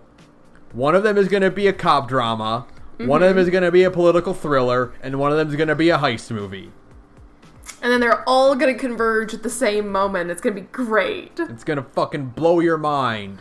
And it's And the framing device of a bunch of drunk Autobots telling a story. Telling their story. Because, and I love because, one of the things I do like about Transformers is that just after all this time, everyone kind of just knows each other. Yeah, I mean, again, on a long enough timeline, you do eventually kind of know everybody. There's it's been 4 million years. There's a bit in the Delphi arc where it's they're talking about someone mentions I knew a guy who got sick named Prowl. No, not that Prowl, a different one. A different Prowl. He had to change his name to Dent because all the good names are taken. But no, they're telling their story, and you get a lot of really great moments of these characters who knew each other before they actually met up on this crew. You get that great moment with Drift and Ratchet that I love.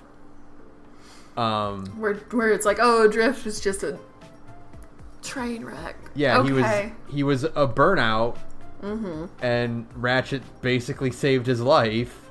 And then he just immediately goes back to being a burnout because, that's how that works sometimes. But you can do a good thing and they'll still fuck up. But I love that bit where Drift is telling the story, and he's Ratchet was Primus guide my spark, Primus guide my spark. Ratchet's shut the fuck up. I never said that. Because he's you just get this unreliable narrator bit of Pax and Ratchet, and he's it's no, it's not me, Pax, it's all the will of Primus. Ratchet gets so mad about it too. It's don't put words into my mouth. But I have one more, but I want to get to the best moment of the whole thing first. Okay. Which is the moment where it's the bit where Pax jumps off of a roof, lands on the escaping Decepticon, and Swerve or Tailgate loses his mind. He's he did what? It's he's really cool, actually. It was where did he jump from? And Chrome Dome is to this day, I have no idea. I think he jumped out of a window. And Tailgate's Pax is so cool. And then he's extremely cool. It's good when Optimus Prime gets to be kind of a cool asshole. When he gets to be a cowboy cop, basically. When he gets to be a cowboy cop, yeah, Prime is at least from what I can discern, is at his best when he isn't actually totally lawful good, when he's sometimes kind of an asshole. It's that's an interesting character you've written there. But if he's just Like, unless it's the 80s version where he's just everybody's cartoon robot dad. Like. Oh, yeah. He's... I think the best Prime is splitting the difference between animated and Prime, like, Transformers Prime, where, like, you get youthful, hot-headed leader and wizened beyond their centuries leader. Right. You split that difference and you get Shadowplay Pax, who is he commands authority because he's being so bold and like headstrong and like charging forward. Yeah, it kicks, and he just drops out of the sky onto a fucking retreating Decepticon. It kicks ass. Almost Rodimus-like, in a way. What? Huh? Just because Rodimus is the best boy. But one of my other favorite moments is when Pax goes to visit Whirl. And Whirl just has that really broken line where he just says, "I want my hands back." Oh, I know. It's like, oh, right. And you get... Like, I think that's the first overt reference to Emperata. It might be. Like, the first time you actually, like, learn what it entails. Yeah, they might have, like, name-dropped it without necessarily explaining what it is. And, I mean, it's interesting because of how the whole Shadowplay arc ends. With, like, one of the, like, ultimate, for kids, like, full page. So, it is extremely important / interesting to focus on what gets full page spreads, right? Like, what in your American comic gets a full page spread with a single dialogue box, or full pages that don't have any dialogue, like it's because, again, I think we talked about this in the last roundup before this episode, because, like, American comics have a way more compressed storytelling timeline. They are far chattier than your average manga. Right, because they have less pages per month to work with. So you to see, like, what gets to be, like, a single page with very little dialogue. There's stuff in season 2. There's certain shots that are just like, okay, well, there's no dialogue, or it's just a whole art spread gets to be one page, and ending on, like, the whole Senator Shockwave thing, and the like nightmare shot of him being, Imperator. And that one is especially bad because, like, when you see Whirl pre-Imperator, he at least looks like Whirl. Like, he has a regular head and, like, regular hands, but he's still an airplane body, because that's the important thing, is that they Imperatored him because he stopped being an airplane and wanted to be a clockmaker. Right, yeah, it's all, like, functionists being the worst. But you see, they are replacing every bit of Shockwave. Yeah. And, you probably just know, like, I think Shockwave is popular enough that you know him as, like, one of the OG Decepticons. Yeah, absolutely. Right? Like, even, like, to the point that when I got to that page, I was like, oh. Like, okay. It's Megatron. It's Megatron, Soundwave, Starscream, and Shockwave. Yeah. Are, like, the ones that, like, people can kind of recognize right away. Yeah, because, I mean, Shockwave has the very distinct design. Yeah, and you just see that, and you see Senator Shockwave, and even if you're like me and you haven't read all the rest of IDW, you still know, oh shit, that's bad. That's extremely bad. That's real bad, because I know that in every other continuity, Shockwave is the completely amoral, sociopathic, like, mad scientist type. Yeah. Yeah, it's really good, and it's such like it's a huge punchy moment. And again, because they devote a whole, even if you don't know anything about Transformers, like they devote a whole page to it, so you understand that this is a big deal. And it's terrifying looking. It's such a it's grotesque. Again, they're robots; they can do things like this. And you know what I think is really, really interesting about this is that, excluding Dark Cybertron. Mm-hmm. That's not relevant to More Than Meets the Eye. No, not at all. I think it's relevant only in that, you know, we don't, up until that point, we don't know the name of the senator who is like supporting PAX, right? Right. And so you understand, like, in that moment that, like, all of these, like, major characters are kind of connected. And you understand that, like, would that had things gone a little bit differently, it could have turned out totally differently, obviously. Mm-hmm. And so, like, yeah, like, Shockwave isn't really, like, that important to More Than Meets the Eye, but it's more so of a, like, showing how everybody is kind of tied together. Do you know? Right. Yeah, but I think it's a good thing, because I think that it's kind of generous of James Roberts to do that for the benefit of Robots in Disguise. Yeah. Where Shockwave is more prevalent. Right. Okay. I think it's just kind of interesting. It's because, you know, these two series don't have a lot of crossover. In fact, I don't remember much of Robots in Disguise ever, like, making reference to More Than Meets the Eye, and vice versa, outside of occasionally Bumblebee will be like, I miss Rodimus. Sure. So I just think that's kind of like, that's an interesting, like, kind of, like, you know, glance at X-Rid's direction. Is being like, yeah, I am showing you where Shockwave came from. Yeah.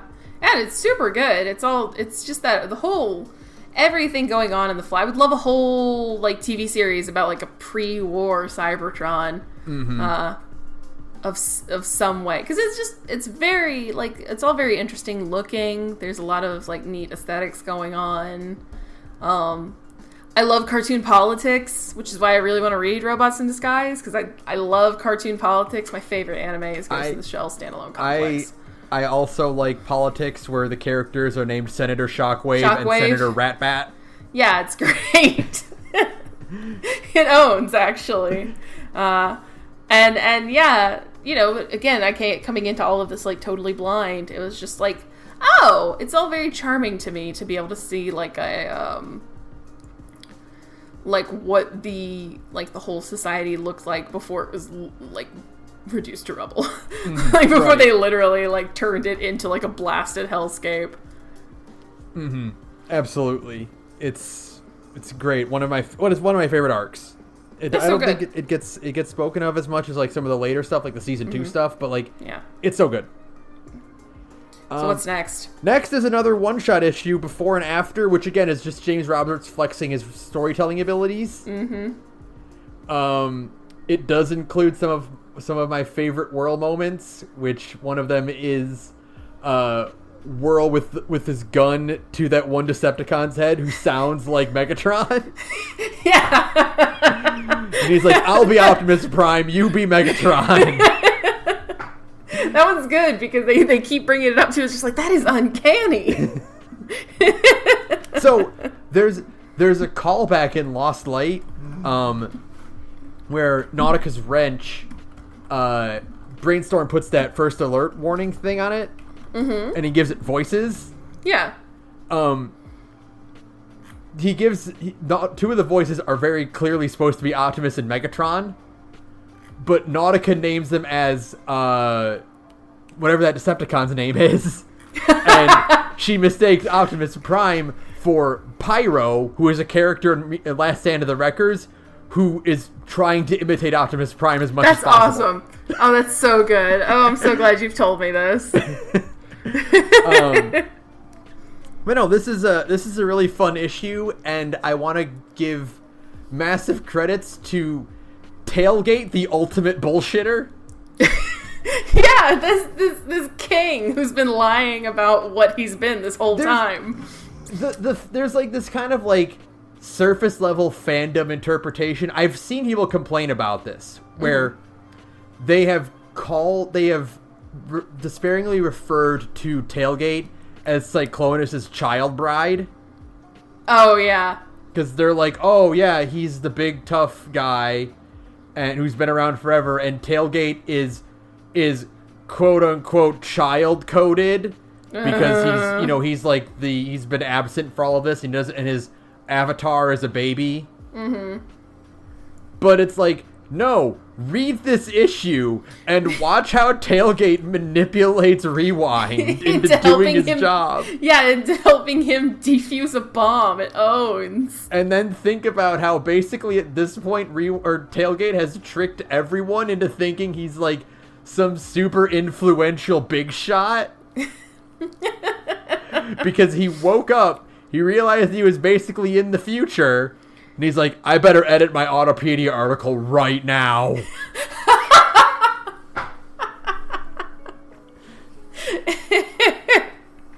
I'm sorry, Tailgate is not your little precious uwu baby. He is an evil maniacal manipulator. He's a little blue demon who will and desires to fight everybody. And it gets worse as the series goes on. It owns. Are you kidding me? I love the one panel where it's Tailgate trying to defuse it, and Rewind's like, you look a little nervous, and the panel is just Tailgate's eyes like exploding. That's such a good visual like joke in this series, by the way, because like, you know, the ones who have like visor eyes, it can be a little bit harder to make them more expressive because you can't like really make fake eyebrows and stuff like that. Right. And it's kind of hard to relate to them like in the beginning, I should say, not after you've gotten this far, but it can be harder to relate to them because, you know, the more human something looks, the easier it is to relate to them. So blah, blah, blah, eye shapes and stuff like that. But like, that's why I think the visual gag of just like the eyes going absolutely bonkers when people are freaking out is so funny. It's just like, no, yeah, he's having a hard time. It's good. I understand instantly.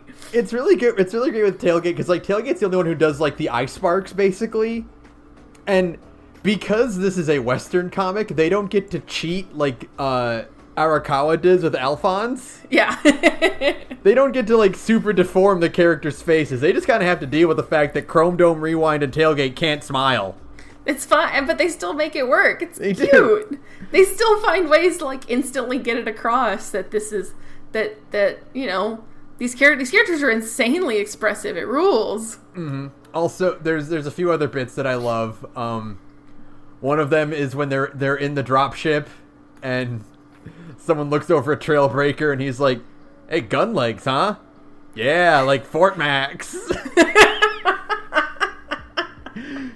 God. There's the bit where Swerve shoots his own face off. Yes.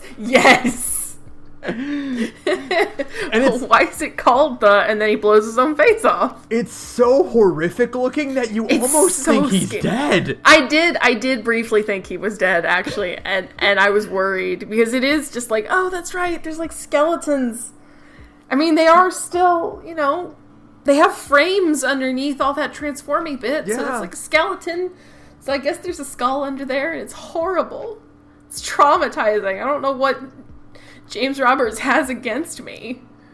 But to me, the ultimate highlight is, boy, Whirl was just prepped to kill Rewind and get Rewind caught in the crossfire to take out Cyclonus, huh? Yeah. Like, he was just like, he had no qualms Absolutely about, like, zero reservations, yeah. Like, yeah. Cyclonus chucks Tailgate out the door, and then Whirl closes it, and he's like, I can't get it open, it's locked. Yeah, about that. Ooh. Rewind was still in there, bud. He was not part of your little, like, beef Revenge. with Cyclonus. Yeah, he's just a man. And then the way it ends. So yeah. Like, fucking Cyclonus and Tailgate, man. Learning to sing, oh god. Picking up the glass and Tailgate just wants this big, sad skeleton to love him, okay? And eventually it pays off. Those few pages where it's just Tailgate dragging Cyclonus' body off the ship because everyone else has already left and there's no one else to help him. Mm-hmm. Oh, it's so good. It's so good. He's not going to give up on him. He literally just, like, loves this big, sad skeleton, this samurai skeleton. And just, you know, he's trying his best. And it's like, that's the moment when it's like, oh, they're, you know, Cyclonus is getting it and warming up to him. And it's like, it's so sweet. It's just there's a lot of little sweet moments in this whole comic like that. I have many, many, many big things to say about their relationship, and we'll have to get to it in season 2. I know. Because there's the moment that I want to talk about because it's so fucking good. But we'll get to that. Right now, it is just nice to let them have this like one moment where they get to sit there and, you know, and sing with each other. Yeah, it's great. And then we move on to Cybertronian Homesick Blues. Okay. Which is great because that's the one where they go to the bar in their hollow matter form. Yes. We get to see that Skids just likes Doctor Who. Just likes Doctor Who. Okay. Rung is a guy named Mary Sue because of course he is. Of course he is. I love Whirl being a psychotic 12-year-old with an eye patch. With an eye patch. It's amazing. And I love that he has to use her when he's in bars normally because he doesn't have a mouth. Oh, yeah. The only way you can, like, when he's at Swerve, because there's, like, group shots where, like, they'll be at Swerves, and he's just in his hollow matter form. Oh, yeah, that makes sense, because he doesn't have a mouth. He can't drink normally. So you just have this small child getting trashed. It rules. But and me personally, because I read a little bit more, and I've also read Last Stand of the Wreckers, I love the fact that rule-abiding, super lawful, you know, no emotion, no emotional attachment, Ultra Magnus uses Verity Carlo as his avatar. That is cute. His human friend that he befriended on Earth. It's very cute. It's great. It's you're really nice.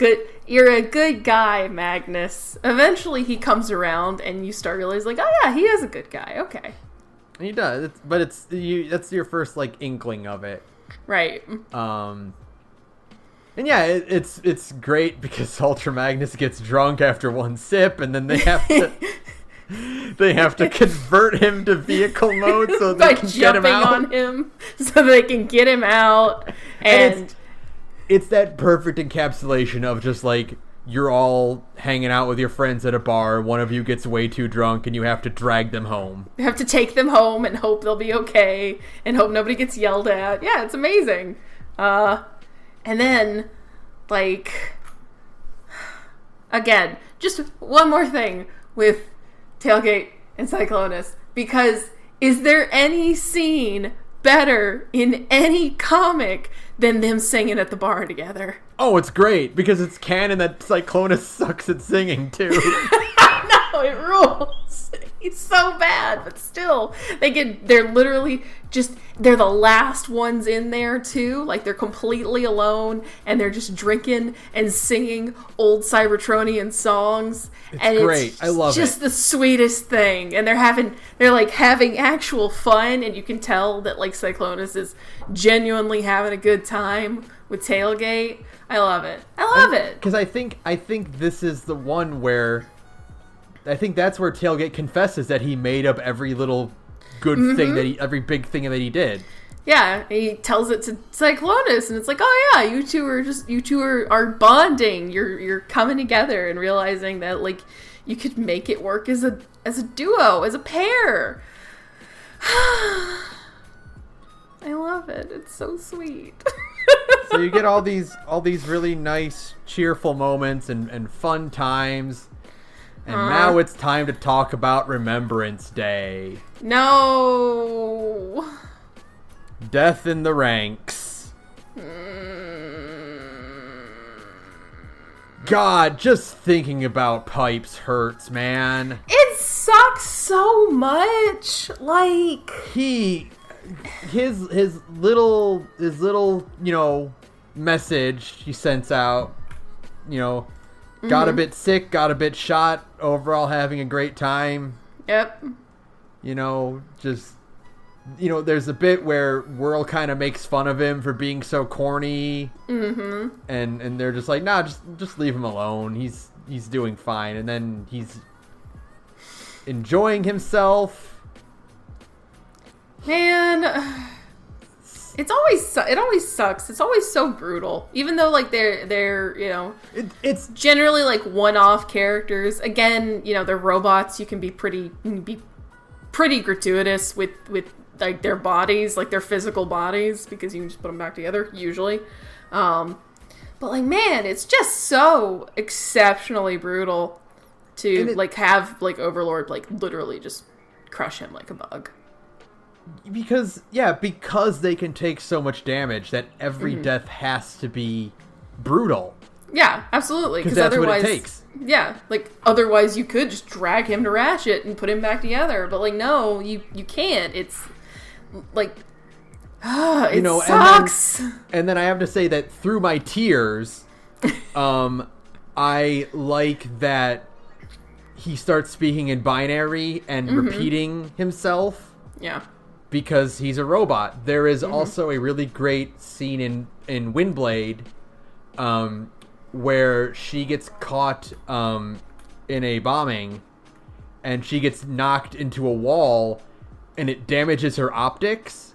Oh, really? And so we see a scene from her perspective, like from her eyes, and her HUD is fizzling out, and she's seeing in black and white. Oh, yeah. That's good. Yeah, because, I mean, again, like you said, like, they're robots. This is all still, like, seeing the world through, like, a digital medium. It's super cool. And so it's like, while I'm crying, I'm like, oh, it's neat that Pipes, like, his mind is, like, repeating itself because his data is failing.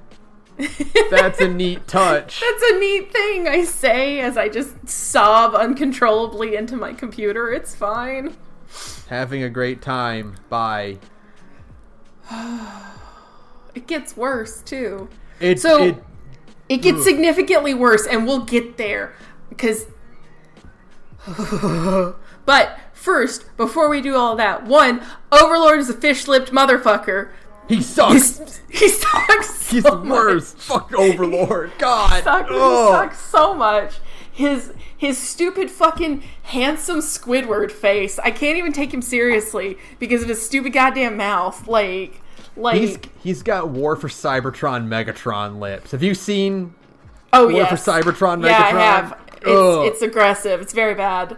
And it's just like this, like I said, this fish-lipped motherfucker coming in, wrecking my good time, killing off characters I like, ruining other relationships between characters that I liked, even though it's all their own fault, because everybody is basically just responsible for their own suffering in this comic. But like, yeah, it's the whole, everything going on between like Chrome Dome and Overlord is really good. Like that back and forth, and the moment you realize like how fucked Chrome Dome is. Like you realize how big of a, like, when it's like, I'm making you remember, it's like, oh. Yeah, oh, it's so good. Okay. So we're just doomed. That's cool to know. There are so many good lines, but the two that stand out to me is when Ratchet seals the doors and it's like, tell First Aid he's ready, tell Whirly can have my hands, and tell my patients I'll have to make new appointments. Oh, it's so good. And then Drift announcing himself with, fair warning, Overlord, I'm going to do my level best to kill you. Yeah. And it's really, there's so many moments, and I don't even know how to even articulate it, but there's something about like the way this is written that you kind of instantly know when characters are like way in over their head. Yeah. Do you know what? Like when you realize just how totally doomed they all are. It's not like a fight that can be won. And I'm trying to like. It happens a couple times in this. Everybody gets owned pretty consistently in this comic, actually, which I really like. They do kind of get beaten often. But like there's just a couple times in the story where it becomes super obvious just how fucked they all are. And I don't know, the way they handle that tone of everybody still just kind of like grinning through it and trying to like do their best to survive. Well, James Roberts is British. Stiff upper lip, yeah, and they're all doing their best to just like survive. Even if you don't have lips. Yeah, in the face of overwhelming odds. I don't know. There's something very it's handled really well. It's not like nobody ever despairs super hardcore, but everybody is just kind of quietly aware that they are extremely fucked. Well, unless like a miracle happens. It's like you said, and actually I disagree because we'll get into that during season 2, but like during the DJD thing, for Overlord, you get that one big, 2-page splash page, right, of everyone in the area fighting. And when you think about what you said earlier about everyone has PTSD, like this is a consequence of that. Everyone in this on this ship was in the war, right? Everyone has an auto brand except for Tailgate, basically. Right. So yeah, of course none of them would like hide or try to escape. Like, right. All they know is fighting, and even if they're gonna die, this is Overlord. He's a Decepticon. We're Autobots. We're gonna take him down. Yeah, like the given is that they'll all just go down fighting. Like that's just accepted. They're like, no, we're just going to go down fighting, and I think it's great. Yeah, I don't know, something about the way the tone is managed. It's something I can't even. I have a really hard time articulating because like tone itself is a hard thing to describe, but I think the overall tone of More Than Meets the Eye is part of what makes it so magnetic, of like this slow building camaraderie, I guess. I don't know. The building of a family. Yeah. But I think it's just, like you said, Rodimus is here to escape from Cybertron, right? And these characters are probably all, who knows how many of them actually believe they'll find the Knights of Cybertron? How many of them are just here because they have nowhere else to go, and they just want to do something? But I'm going to reference it because it fits now. But like, there's that scene in the No Guns, No Swords, No Briefcases special, where it's showing scenes of Swerve's bar, like throughout the journey. Yeah. How quickly these retired vets converted Swerve's bar into a triage. Yeah, absolutely. Like it's second nature. Overlord was in the process of killing them. And they're already like, secure this area, bring the wounded here. We'll do what we have to do what we can. And that's another good thing to point out. It's like how extremely fucked they were. It's like, it's one Decepticon, and he's literally, would that it not for the thing that like ruined my life for multiple days on end, were it not for that one thing, they would have all died. I mean, they would have literally all died. There's no standing up against him. When Fort Max and Ultra Magnus weren't enough to take him down. Yeah, it's like, oh, they're all just dead. They're literally all just dead. Okay. Oh god, that scene where like Ultra Magnus is charging him.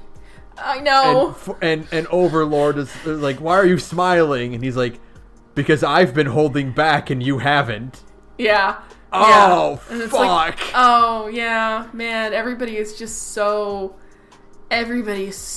out of their depth. And maybe that's part of like what makes the tone so interesting is that like truly this is an extremely dangerous universe to exist in for these characters. Yeah. Because, like, at any moment you could come across somebody who could just wipe you out of existence. Just literally step on you in the case of Pipes, and then you're just gone.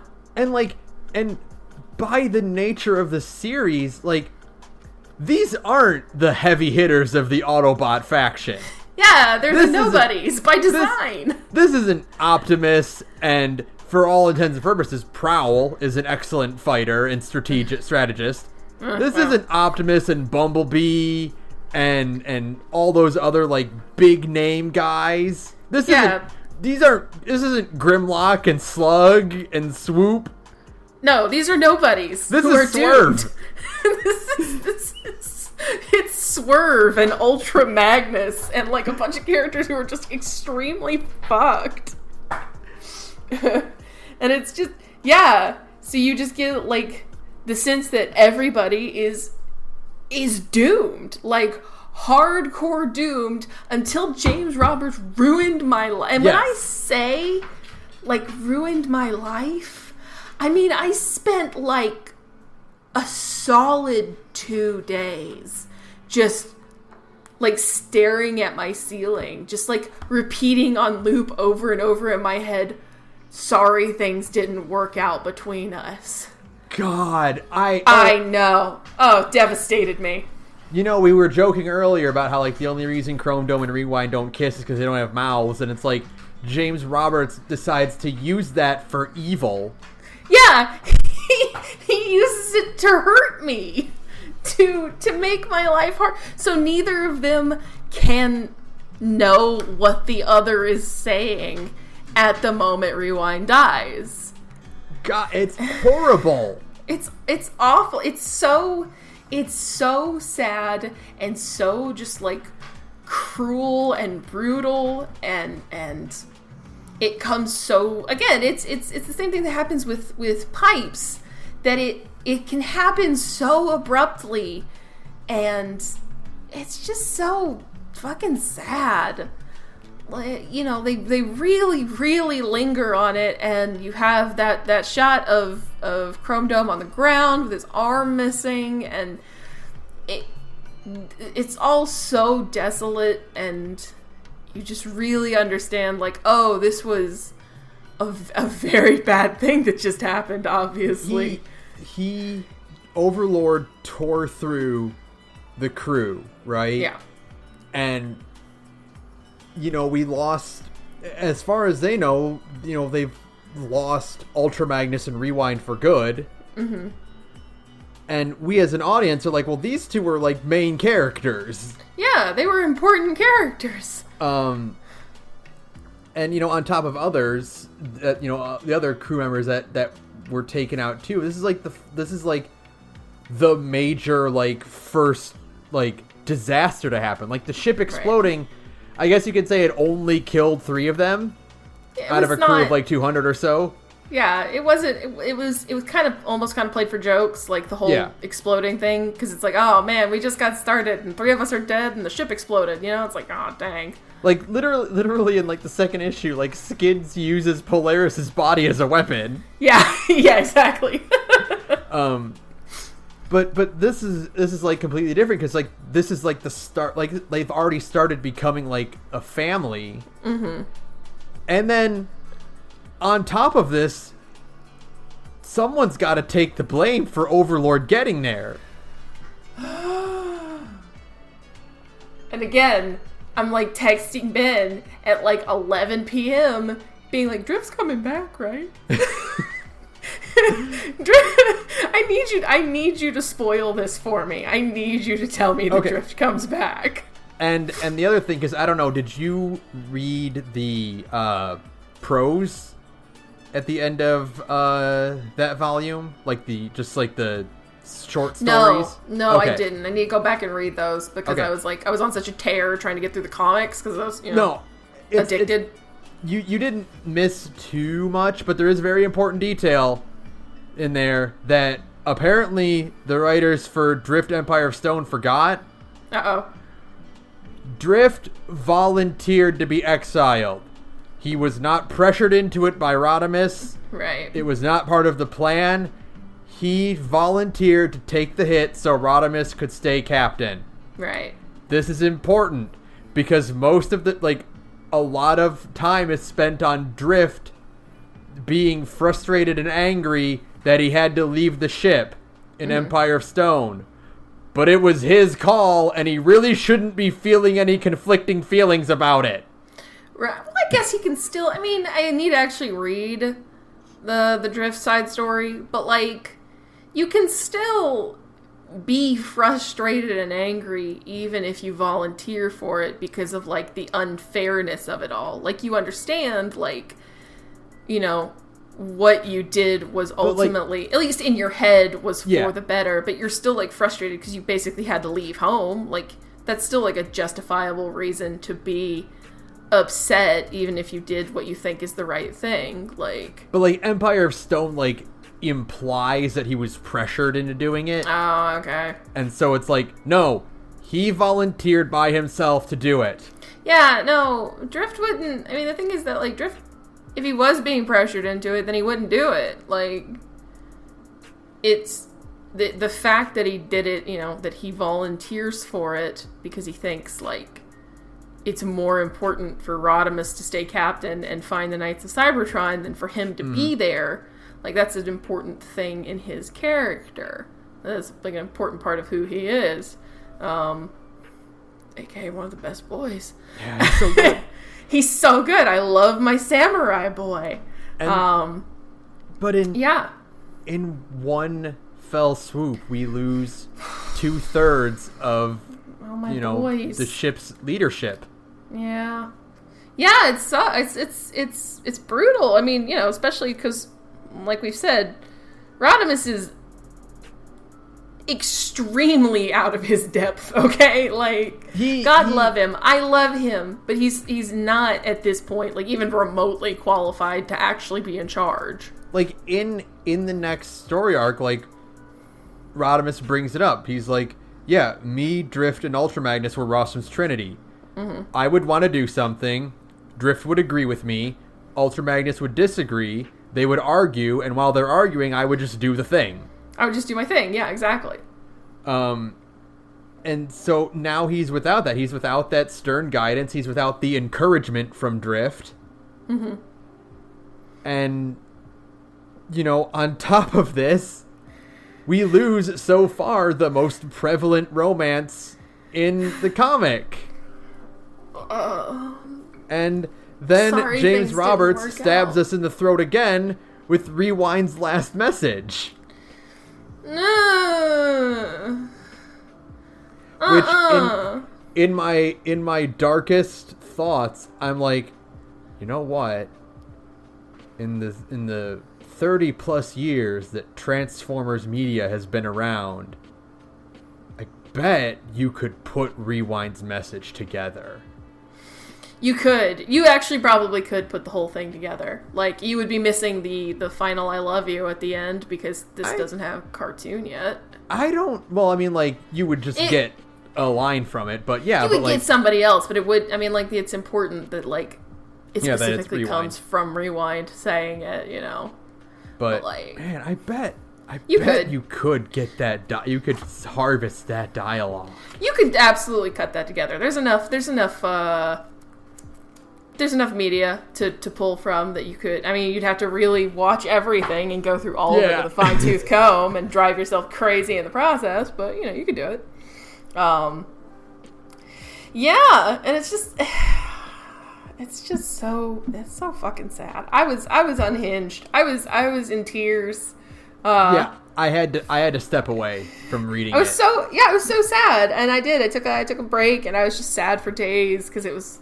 You know, it all happened so suddenly, and it happened so brutally, and it's just, you know, we were, you know, from, like, the previous story, you have Chrome Dome worrying so much, and that's the thing that sucks even more, is that, like, this all happens because Chrome Dome is kind of having a meltdown over Rewind getting hurt, right? Right. Like, that's why he goes and roots around an Overlord's head. It's literally just for kicks. And it's doing that like is what allows Overlord to get free and just, rampage through the crew and ends in Rewind. It's just like, man. And before it happens, you get that line of dialogue where like Rewind is like, I am not speaking to you right now. I'm not talking to you right now. and man. And even knowing like shit that happens in season 2, it's like, it's not the same. Right? It's different. It doesn't fix it. I also do want to talk about Rung destroying Rodimus. Oh god, that whole bit is so good. Again, every time someone is mean to Rodimus, it sucks because they're usually right. They're almost always right. Like, and it's like, and he needs to hear it. Yeah, absolutely, because he's an idiot. The way you get through to Rodimus is you have to scold him. Yeah. Right? Like you can't. He won't take it any other way. You can't. Yeah. You have to be mean to him. You can't give like friendly advice because Rodimus is the kind of person who doesn't take advice. Rodimus is the kind of person who learns from his mistakes. Right, but you get Rung, who even after Fort Max had a gun to his head, is like, it's okay, Fort Max, we're done for today. Right. When he's having his final breakdown, but then like to have Rung be like, yeah, you're mad because you didn't save the day. Rewind did. And he's right. And that sucks. Yeah, it sucks. But like, it's so crunchy too. But I love a good, insanely flawed protagonist. And there is possibly nobody on this ship more flawed than Rodimus. Like, God love him. He has so many problems. That's why he's like my second favorite character behind the other most flawed person on the ship. And, moving on to Remain in Light, which is the almost finale of this. Oh my god, we've been doing this for 2.5 hours. I knew this was going to happen. It's fine. Shut up. It's fine. I don't have any intention of cutting this short, but... No, it's cool. When we get to Remain in Light, and Rung is almost surprised that Rodimus is like, I want you to come with me. He's like, well, I thought after our discussion, and Rodimus is like, no, you said the right thing that I needed to hear. Yeah, like, Rung is correct. The thing that makes Rodimus great is that he is egotistical, and he is, he's a glory hog, right? And he's got big, ambitious dreams. But he does value other people's opinions. Yeah, no, he has big, ambitious dreams, but he has enough self-awareness to understand that, like, he's too stupid to do it by himself. Like, he can't do it alone. Like, he is at least self-aware enough to understand that he cannot do this by himself, and he knows that he needs people like Drift and Magnus and Rung. Like, he can acknowledge that he's too dumb to be able to find all that fame and glory he wants by himself. He'll just sputter out and die, especially because he's too much of an attention hog. He wants people to see him doing well. Thank you. Yeah, and it's so good, but like he values like everybody. That's why he's so good. Honestly, such a good fucking character because he just like, even with all of his glaring personality flaws, like y'all, he loves everybody on that ship so fucking much. Like, even being mad about not being the one to, like, stop Overlord. And again, it's funny, because every time Rodimus tries to fight anybody, he ultimately eats shit. Like, he never wins. He does. Like, he literally gets owned constantly. The only person he ever beats is at the end of Lost Light, and that is, not really. Yeah.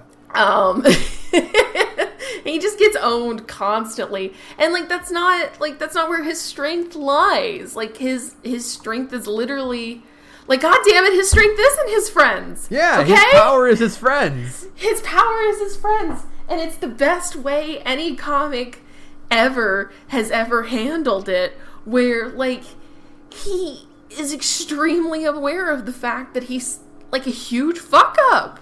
Like he knows in his heart that he doesn't care about finding the Knights of Cybertron.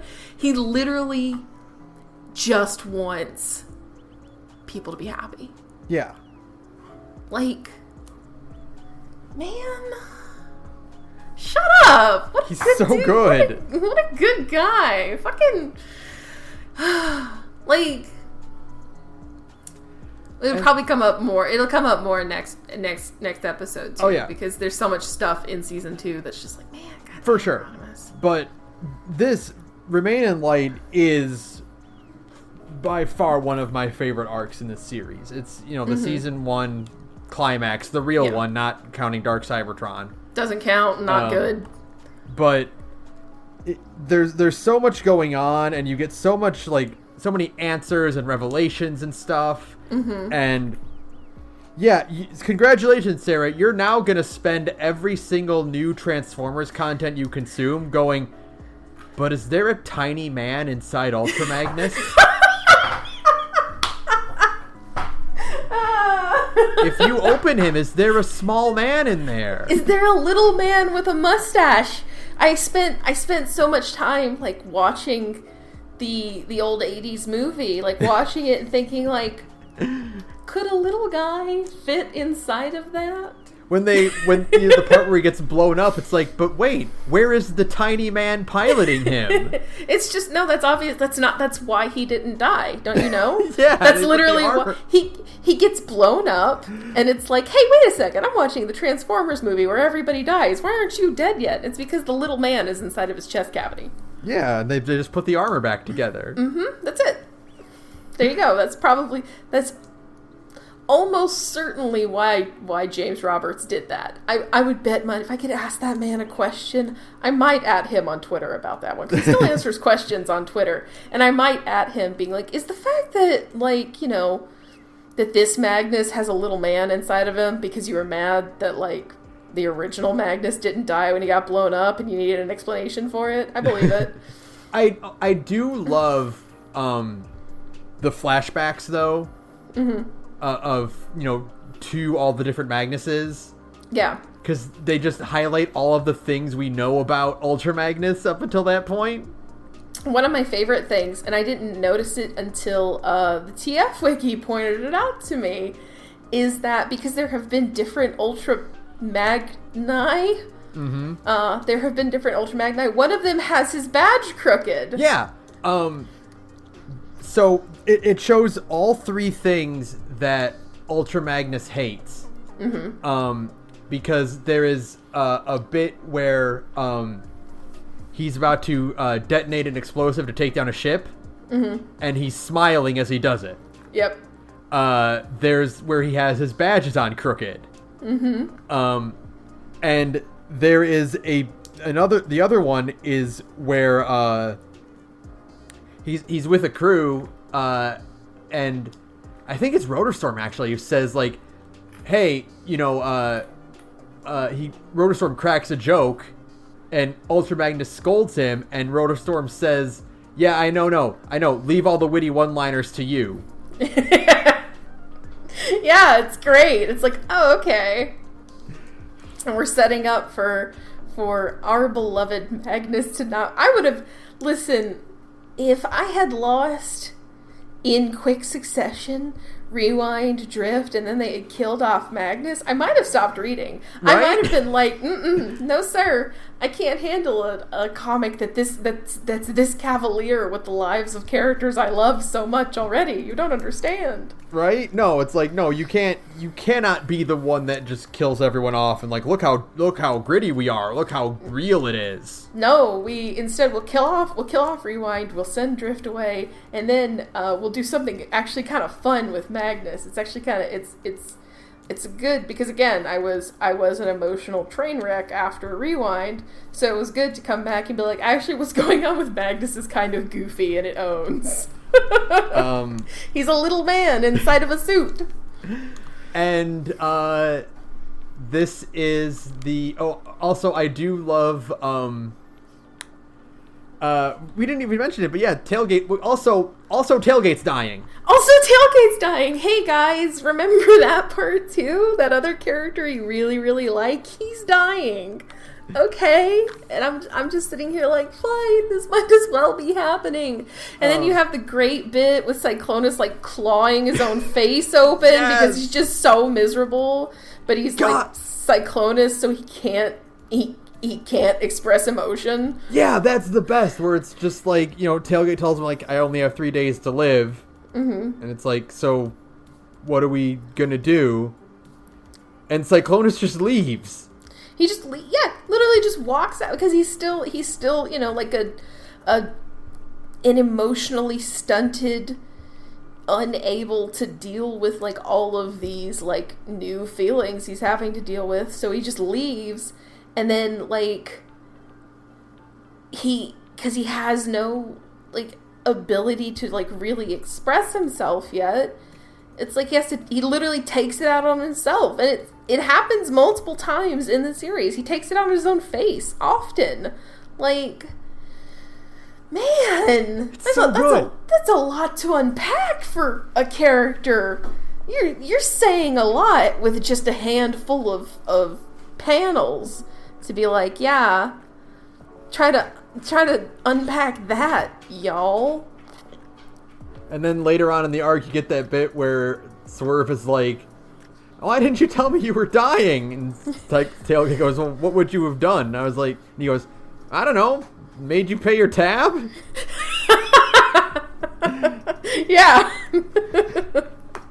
Oh, man. No, but this whole arc is like, oh, God. Oh, but there's so much. Also have to mention Cyclonus being like, no, never hope. Hope is a lie. It's like, I wonder why Tailgate doesn't like you that much, Cyclonus.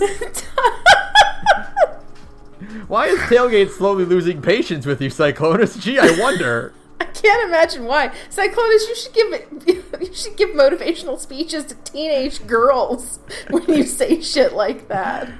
Like, never hope, ever. Also, there's so much stuff I want to call on this arc. Skids' speech. Yes. Oh God, he is just the best. The heart and soul of this crew. Just don't say that. Furious because these things that have been hounding him are now threatening the people that took him in without question. Yeah, and they all like you said, without hesitation, they take him in and they make him part of their crew and they love him and they'll protect him. And like now all of this shit is following him. And like he just wants and you get Swerve with My First Blaster. Yeah. Getting his own cool moment. Trying to be a hero and then no, I can't talk about it. Season 2. I gotta hang on to it. We'll talk about Skids getting stabbed much later. And then, but like, there's just so many good moments. I love the bit where Rodimus is summing up what happened when they first run into Tyrest. Yes. And he's like, that's when I started swearing. Probably not my proudest moment. Maybe my loudest. I just love him, man. Okay? Like, man, everybody's just got... Like, this is such a good arc because it has so many moving parts. And you always kind of get what's going on, like, through the course of all of this stuff going on. Like, you always kind of understand the, like, geography of the action, if that makes sense. Yeah, the team gets split up and they're caught unawares of what's happening to everyone else, but they're too busy dealing with their own crap to, like, give a lot of thought process to everyone else. Right. And so you get, Whirl and Cyclonus living their dream life of getting to carve through swaths of enemies. Yeah. Yeah. With cool swords. Everybody gets a cool sword, and everybody gets to fight a bunch of dudes. There's that shot of Whirl or of Cyclonus imagining throwing Whirl in.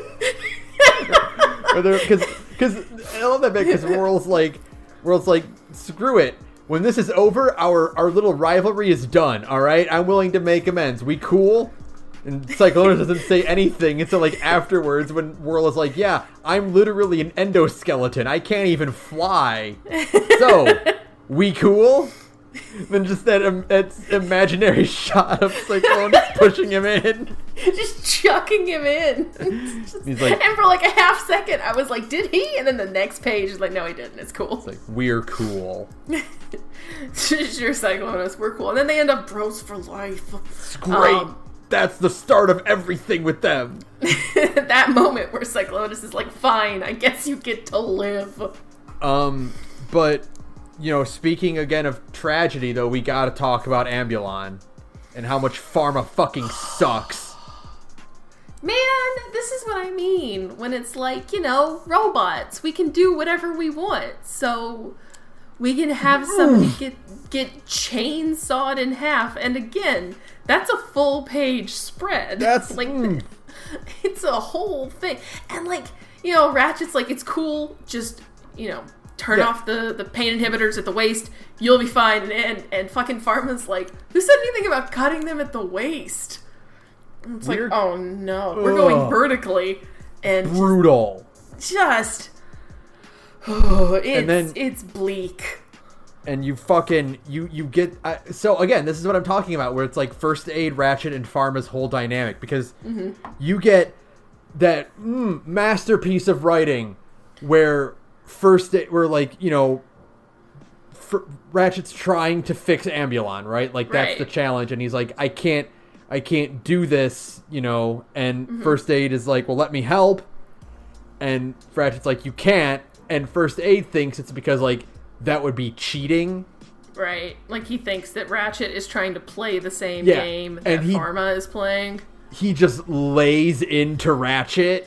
Right, for like refusing to retire and for like refusing to let him be like the actual medical officer and you know, being like a stubborn old man basically. Yeah. And then it's no, it's because he's been dead literally since the moment that Pharma bisected him. Yeah, why can't you help? And it's because he died before the chainsaw left him. Right, like, yeah, of course, because he's literally been cut in half, and, you know, it's hard to kill a Transformer, but that would do it. That'll do it. That'll cut right through the spark. Yep. And it's then, just like, man, God, it's so... And you get... Again, robots, it's brutal. You get Ratchet, who is still probably in shock by all of this, where he's like, you know, where First Aid is like, okay, well, now we find Pharma and put a bullet in his spark. And Ratchet's like, no, we can't do that, because then we're no better than him. He'll win. And, I love it. Chef Kiss with the line where First Aid is like, yeah, except we do win, we are better than him, and he doesn't do anything because he's dead. Yeah, it's great. And then sure enough, later on, like, Pharma gets his, and yeah, like, fuck that. Fuck letting him live. He literally chainsawed Ambulon in half in like one of the most horrific full-page spreads I've ever seen. And this is what I'm talking about with Pharma thinks everyone is as obsessed with him as he is with them. Because he's like, you're going to tell me how to defuse the bombs you planted in my hands. Right. And Ratchet is like, you think I put bombs in the hands that I use? Yeah, do you think I'm that obsessed with you that I think that I even thought that you would come back and that I would, you know, that I thought you would come back and that I would be ready for it? No, as soon as Pharma was out of the picture, Ratchet stopped thinking about him. Like 100%. The hands I have on my arms? That I use? On patients? Those hands? No. Oh, God. Oh, it's great, but no, fucking absolutely deserved. Hey, what do you mean fully deserved? Fully deserved. Good line. Deserved. Good fucking line. It owns. Just first aid blowing off Pharma's head and then having a breakdown with Rung being there. Mm-hmm. Oh, it's good. Oh, it's so fucking good. It's so great. There's like I said, there's so many moving parts, and I don't know, that's like I mean, I was having a good time, like, through all of this, of course. Mm-hmm. But, like, this arc is, like, when I was done with all of it, I was just like, oh, this is really good. It's not just, like, I'm not just having a good time with this robot comic. This is a good comic. This is where it gets exceptional, because, like, it starts tying things together, and, like, you're putting the pieces together. You're like, oh, this is exceptional, and it turns out it's always been exceptional. Yeah, and it's like, this is the plot arc where we start seeing some of that setup and payoff kind of paying off, and so you're realizing, like, oh, okay, this is an extremely skilled writer who is just kind of weaving together this, like, really well done sci-fi story. Like I've been saying, this is not just like a good Transformers story. This is a good sci-fi story that's getting told, like a space adventure. A standalone franchise, like, this is good. Yeah, like, you can just read this, and if you only have, like, the most cursory understanding of what a Transformer is, then you can find some enjoyment in it. I give shout-outs to the kill switch scene. Yes. Where you just start seeing other characters in other series going down with it too. You get shots of that shot of Starscream being affected by it. Yeah, because he's constructed cold. It's like, oh shit, yeah. And he immediately thinks it's a ploy by Megatron. Yeah, of course, to get back at him. Oh, it's great. So good. It's definitely, like, and the semicolon that saved the world. Yes. Semicolon, all 10,000 pages that Tailgate had to sit through ended up saving the day. Again, setup and payoff. They literally have a joke where it's like debating the merits of a semicolon. Yeah. And that comes back right there at the very end of season 1. And then the other line, which also, like, so First Aid's line about how, like, no, actually, it's totally cool to kill people like that. Mm-hmm. And you shouldn't, there's no we're no better than them. No, they're still worse. Yeah. But also Rodimus's line about how he doesn't want to die because doing a self-sacrifice to make amends for what he's done is cheap. It's cheap. It's not a way to get out. Yeah, it's just a way out, and it doesn't count because he's not sticking around to actually see it through. Right. I wonder if that's going to be relevant later on in the series. It's a secret tool that will help us later. Don't worry about it. But it's like those are like some of those lines that it's just like, oh, this fundamentally changed everything I believed about, like, common tropes in television.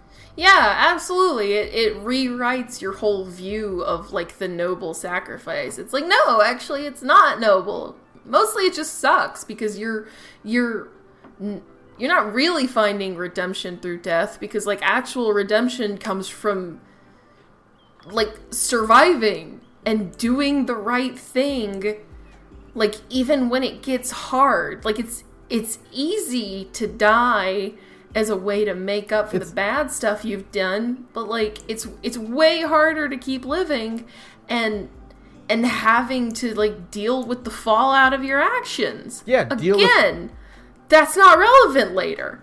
Deal with that scorn, that, like, the struggle that it is, you know? And I've always hated, like, self-sacrifice, like, noble sacrifice, redemption, blah, blah, blah. Because it is just a cheap way for writers to redeem a character, but not have to, like, deal with the consequences. Yeah. So I appreciate this series being like, yeah, no, fuck that idea. That's dumb. I'm going to do it the hard way. Mm-hmm. And then again, it becomes relevant later. Don't worry about it. We'll talk about season 2 at another point, and then it'll turn into the Megatron Power 3 hours. But no, what else do I have to say about this arc besides how fucking good it is? The little things like Tyrest being essentially like the version, like people who like whip themselves as a form of penance? Religious penance. Yeah. Like the drilling. I was like, literally the first time I saw Tyrest, I was like, why is he covered in holes? Like, did he get? I thought like he got shot up or something. No. Way cooler answer is that he's literally like drilling into himself as a form of like relieving his sensation of being sinful. And I was like, that's great. And you get the first look at the symbols that are going to become Skid's whole thing. Mm-hmm. Stuff that's going to happen way, way, way, way later in the series. Yeah. I love the shot of some of the Scavengers like falling apart after the kill switch is activated, and Grimlock is just sitting idly playing Jenga. Yeah, because he doesn't quite. He's not have there. The brain there yet. No, he's not there yet. God. Oh. The fact that the Tyrus' staff like prevents you from moving, but it doesn't affect Tailgate because he's dying. Yeah. Where he's good. Like, you shouldn't be able to move, and it's like he can't hear those frequencies. He couldn't move because his legs don't work anymore. Right.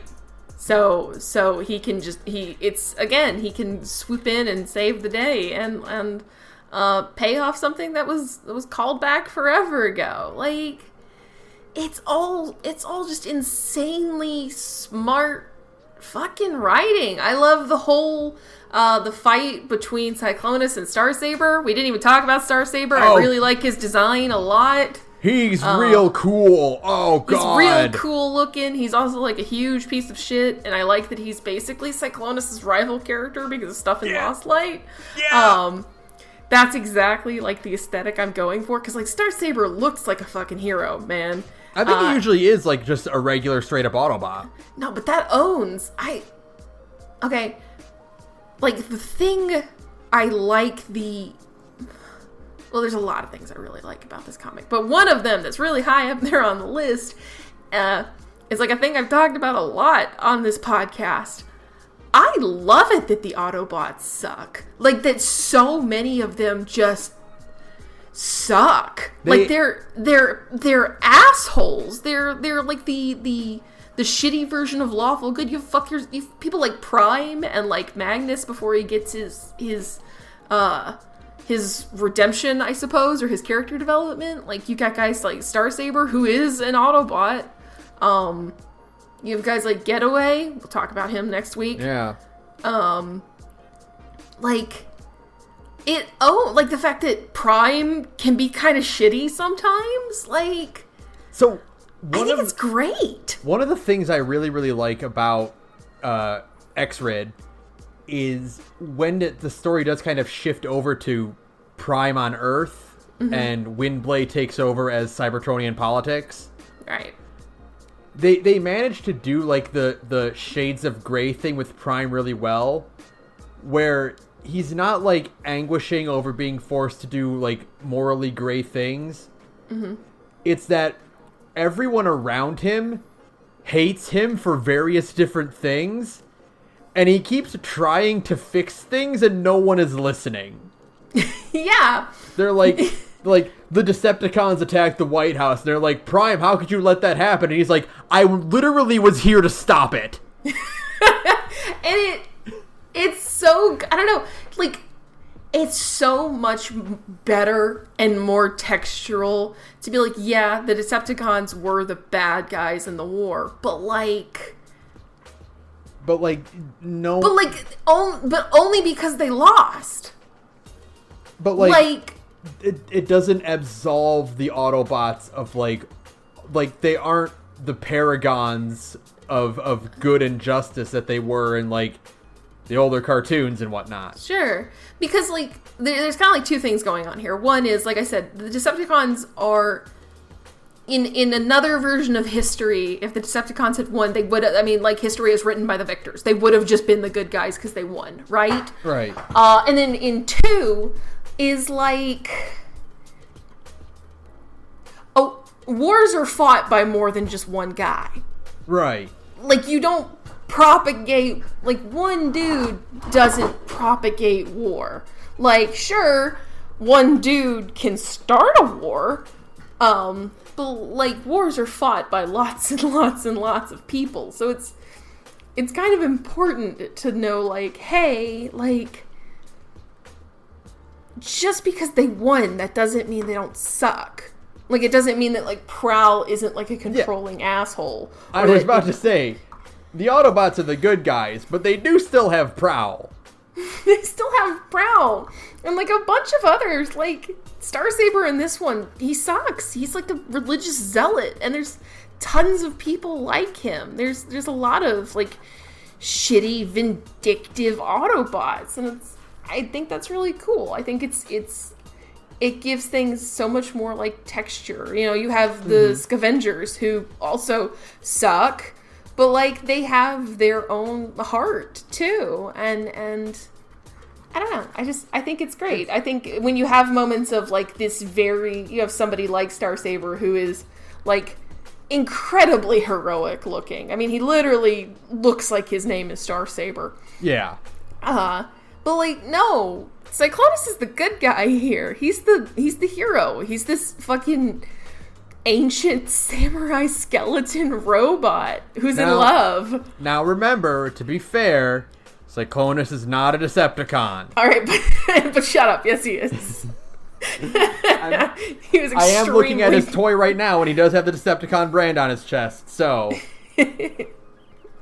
Yeah, but he was also extremely pissed that Tailgate didn't want to be a Decepticon with him. So, you know, okay, Tailgate, or Cyclonus. Okay, buddy. Yeah, it's great. I don't know. It's awesome. There's so much good shit going on, like, in all of this. One final thing before I move on, though. It is evidently clear that Tailgate was still up in the air on whether or not he survived when Dark Cybertron was written. Really? Because he's not in it. Oh, yeah. Oh, that's right. Oh, my God. So it was very clear, like, during the original planning stages, if they weren't sure if James Roberts was going to go through with killing Tailgate or not. You can't... I'm so glad that man backed down. Don't kill my boy. But no, I love the touch that the fact that Cyclonus let go of his grudge with Whirl is what saved Tailgate in the end. Yeah. It's like they become like a little trio afterwards. Yeah. And then you finally get that great panel at the very end where it's Ultra Magnus putting aside his beef with Cyclonus too, and just being like, "Welcome aboard, finally," and it's great. And Tailgate's gift being a replacement horn. Oh, it's good. It's so cute. It's also extremely important because the horn is what lets Cyclonus beat Starsaber. He literally stabs him in the eye with his fucking horn. It's raw. So we are almost done. We're almost done. We have 2 more things to talk about. I don't think it'll take too long. First, we have little victories. Okay. Which, boy, you know, you really gotta give it. You gotta give it to Thunderclash, right? Yeah. He's just the best, isn't he? Truly the greatest among us. He just steps into the page, and you just immediately you're like, okay, this is the guy. The comic should be about him. The one and only. Thunderclash. He just goes above and beyond everything else we've seen so far. It's Thunderclash. How How can you not be impressed by him? Such a shame that this issue is drawn by the artist I don't like, because Right. I love so many of the jokes in this issue. Like, there's a lot of really funny stuff, like, and a lot of really heartfelt stuff, you know? It's sad because, like, the comedy is not helped by this very, very dark art. Yeah. It's weird. It's very heavy. Like, I don't think necessarily that they're art by James Raiz, R-A-I-Z. I don't know how to say that correctly. I think it's Raiz, Reese. maybe. Oh. Yeah, it's not bad. He's not a bad artist, but it just doesn't suit the tone of any story. He gets used like 2 or 3 times over the course of the entire More Than Meets the Eye run, and he just doesn't fit every single time. It would be like, imagine if the artist for, like, Sin City did, like, a Power Pack comic. Yeah. You'd be like, well, the art is good, but it just doesn't work. It doesn't fit. You've got so many good jokes in this. You've got Rodimus I love Rodimus just being so bitter the whole time. Yeah. He's like, what's so great about Thunderclash? That's my quest! My quest? I mean, our quest! The fact that Thunderclash, like, doesn't even need a map, he just gets visions. He sent visions by the Knights of Cybertron to hunt. It's amazing. It's great. Like, one of my favorite bits is when Ratchet is even like, "Hey, Thunders!" They're buddies, and he's like the grouchiest doctor ever. But nope. And then he's totally awed by Thunderclash too. Even Cyclonus is like, I have to admit, he is impressive. And all but Roddy is just like, Yeah, Rodimus is like Talking Heads interview. He's like, I don't see it personally. I don't get it. I don't. This is one of the, like, the list of, even though I don't like the art that much, in terms of, like, issues that I would give anything to see animated. Oh, this one for sure. So high up on the list, man. Oh. So, because it's just, it would be extremely funny at all times. I love the B plot of Swerve, trying to trick Rung. Swerve and Tailgate trying to figure out Rung's alt mode. I do think possibly one of my favorite jokes in the entire series is the idea of an alt mode party, and Rung is just like, how are you going to drink your drinks? And they're all just like, don't worry about it. I just, it's so cartoonish. Where so, like, why? It's just a bunch of cards sitting around a table. Swerve, but the bit where Swerve is playing hand grenade tag, and he bashes Rung in the back of the head, and it's just like, you know, I hear if you get hit in the back of the neck at just the right place, it'll trigger your transformation. Huh. I guess not. Here, let me try again. Beat panel, then another just hits him in the back again. It's great. Oh, man. And then, like, it also has, like, one of my favorite little, like, emotional moments as well, where it's Rewind asking everybody if they're happy. Yeah. It's a really, really good, like, little sequence of shots, and you know, like, of course, Chrome Dome being like, I'm happy when I'm with you, and I'm like, yeah. And then, because I'm still, a wreck. Ratchet being like, I'm happy when I'm working. Drift not saying anything. Oh, buddy. Oh, Drift, God. Buddy. And then honey. Swerve being like, people think that just because you make a lot of jokes, it means you're happy. Why is that? And then the best part is, of course, Tailgate being like, can I look at the camera? I am the happiest I have ever been. Yes. Oh, and I love Brainstorm with the briefcase being like, not yet. Soon. Oh, man. Oh, good. Oh, ominous. So good. It's great. It's just, I mean, I feel like I just keep saying that over and over again, but have you noticed that I think that this comic is genuinely great yet? One of my favorite jokes is about Rung's alt mode, and it's when he flashes his ID badge and his name is spelled wrong. Okay, so remember how I told you earlier on, like, if a copyright is not available, they'll, like, give a Transformer a different name? Mm-hmm. Or, like, they'll spell it differently so that they can still put advertisement on it? Sure. So, Rung does have a figure for Cybertron. Okay.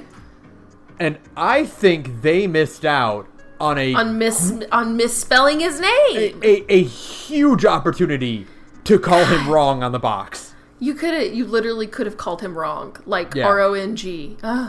It would have been the funniest thing ever. The greatest joke that took forever to set up, like 100%. They could have done it.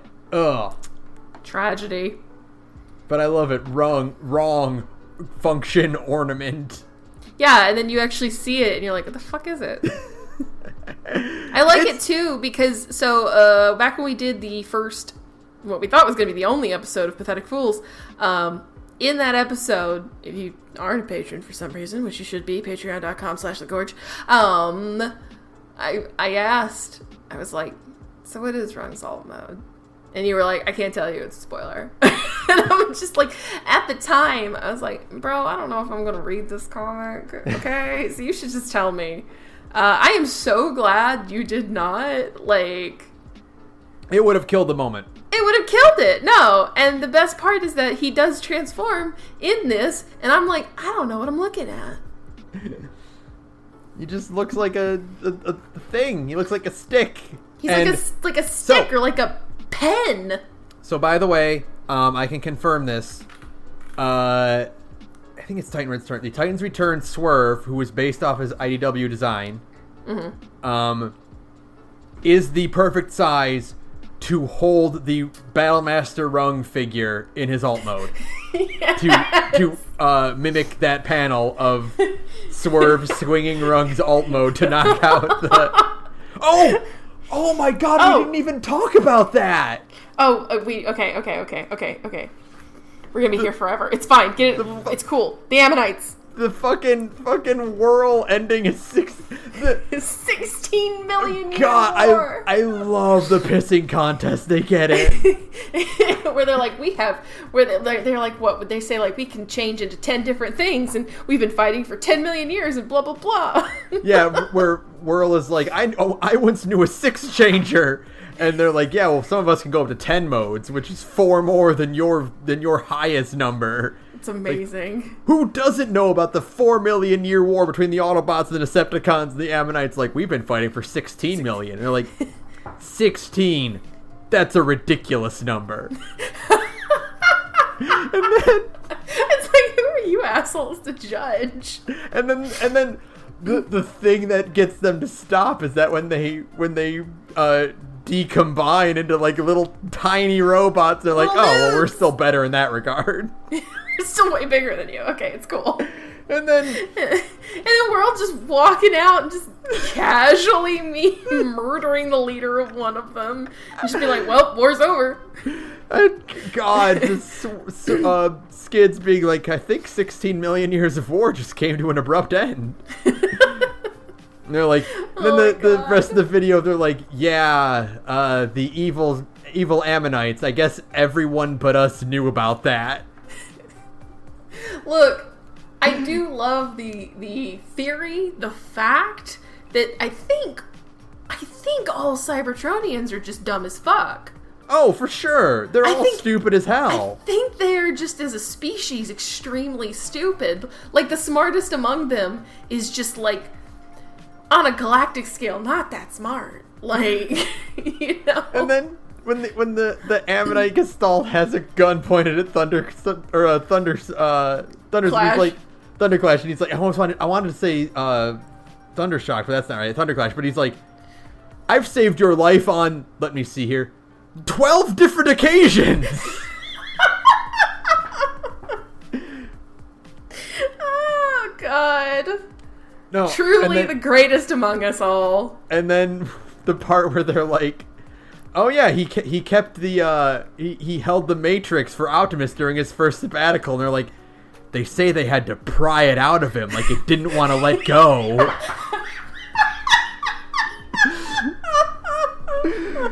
Oh, it's so fucking good. I love it. This issue is one of the best.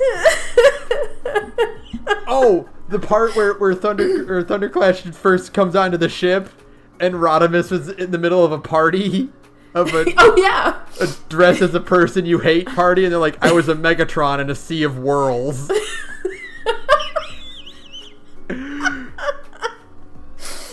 Oh god, okay. What's the last thing? But no, okay, for one more thing though is just real quick, sorry, but it's Skids showing this video to the oh god, yes, to the Circle of Light. Yeah, Circle of Light, and they're like, they don't get it. They don't get it. And they don't get it. They're like, he's like, what do you? They're like, yeah, all you do is fly around and argue and go on meandering side quests, and he's like, yeah, that's what we do. Doesn't that sound like fun? It's like, no, actually, to a lot of people, you all sound like crazy people. So, apparently, what this issue came about as is because James Roberts liked Community. Mm-hmm. And every so often, Community would do an episode from the perspective of someone outside of the group. And they would look like psychopaths. I mean, that's true.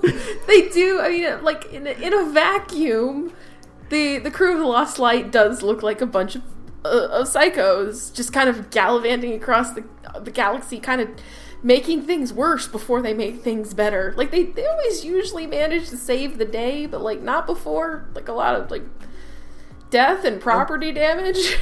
But then, like, you know, the Circle of Light leaves, they storm off, and then you get the ending bit where, yeah, you see that, like, Swerve is like, yeah, personally, I'm hoping for more rambling, you know, meandering side journeys. Let's really stretch this thing out. Let's keep this going forever. Yeah, and, you know, Rodimus says, like, the only thing that he wants out of this is for his crew to be happily ever after.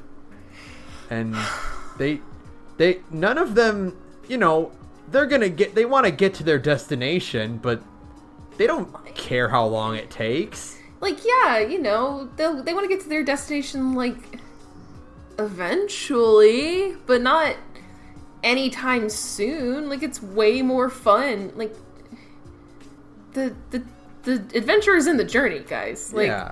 That's the good part. It's the goofing off. Like, Roddy, he just wants everybody to be happy. And really more in particular, and I like the word choice there, he wants everybody to have a good time. Yeah. Like, he literally just wants this to be Rodimus's frat boy clown car. Like, in a good, like, from a heartfelt place. In the first or the second issue, he's talking about how, like, you know, we're going to find everyone. We're going to get back on course. No one is going to die. This is going to be a fun journey. It's going to be a good time. And that's all he wants, is he just wants his crew to have fun and be happy and get along. And then the issue ends with Rewind being like, everyone get in here. It doesn't matter where you are as long as we're all together. And then you burst into tears and you can't even see. The reason why I didn't understand anything in Dark Cybertron is because my eyes were blurry from tears. I was too busy crying, like big racking sobs, and also because, like, Dark Cybertron is a mess. It's very complicated and busy, and if you didn't read Robots in Disguise, then it's even more confusing. And if you did read Robots in Disguise, you're still like, I just want to get past this. I just want to get over this. I want to go back to, like, I guess robot politics and, like. Yeah, and I didn't read Robots in Disguise. Like, I know that technically, like, when I started this, I actually downloaded the full, like, IDW Phase 2 books, you know? Where it jumps back and forth between More Than Meets the Eye and Robots in Disguise. And I was like, yeah, I don't want to do this. I just want to read fun space adventures. So I didn't. I just decided to download all of legitimately acquire all of the the More Than Meets the Eye issues. So at some point I'll go back and read it. And maybe then Dark Cybertron will make sense. But I don't think so. It also just wasn't that interesting. It's really not that good. It feels like... We can finally talk about this a little bit. Wait till next week. It's like...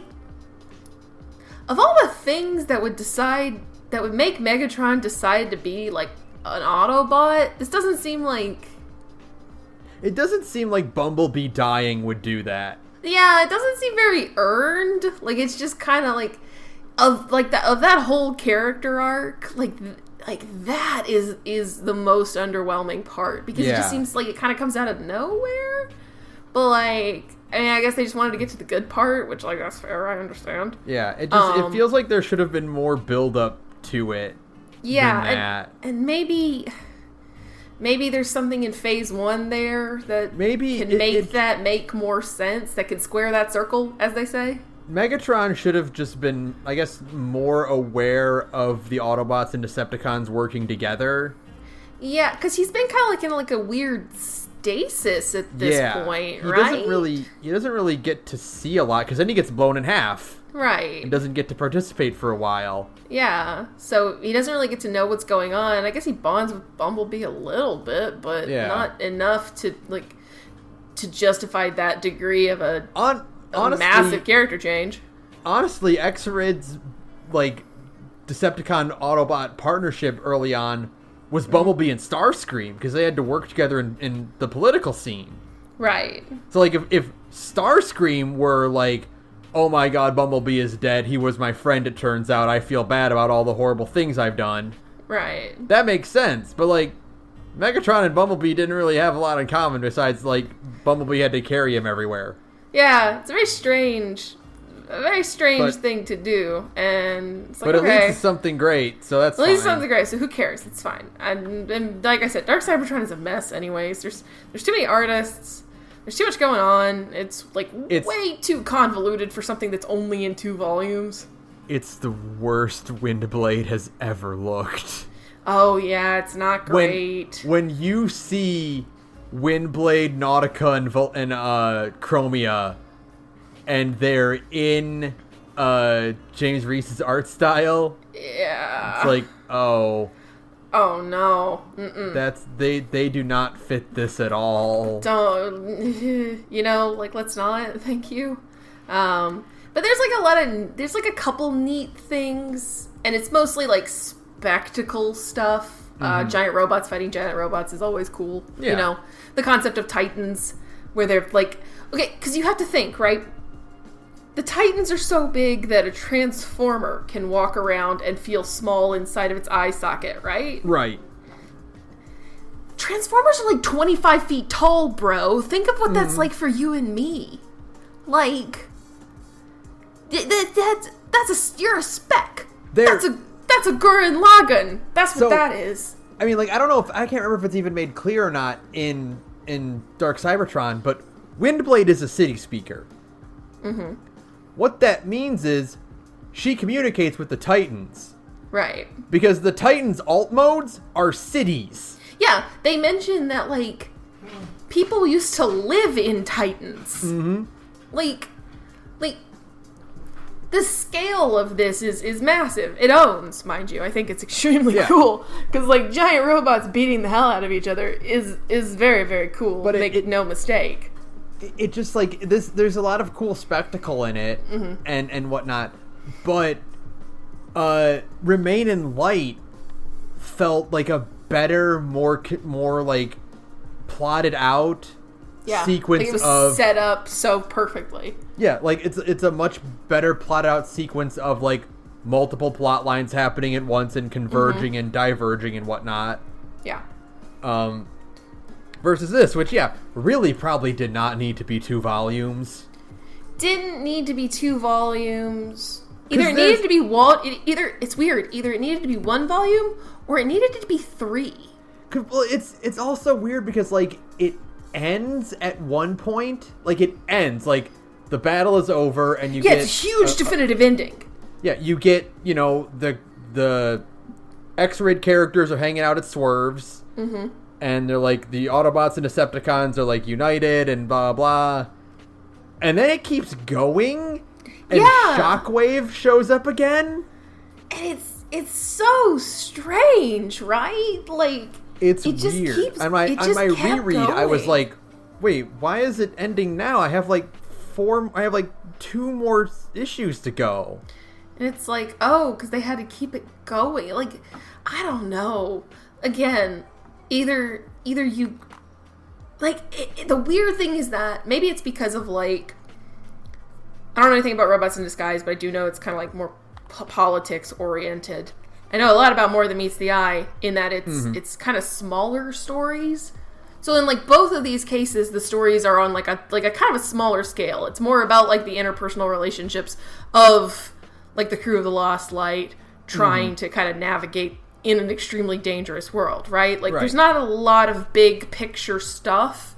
And the big picture stuff that is there is set up very slowly over the course of like many issues that eventually kind of ignites in like to a final big finale, right? Yeah, and you know, and part of it is that because the actions of the Lost Light don't have any lingering effects on anyone but the crew of the Lost Light. Yeah, exactly. And so, like, it almost felt too big for, like, what's being told, like, in the run at the time. Like, it was it should have been scaled down. I know it was because it's an event. Like, events have to have big spectacle. I know how American comics work. This should have been an X-Rid storyline. Yeah.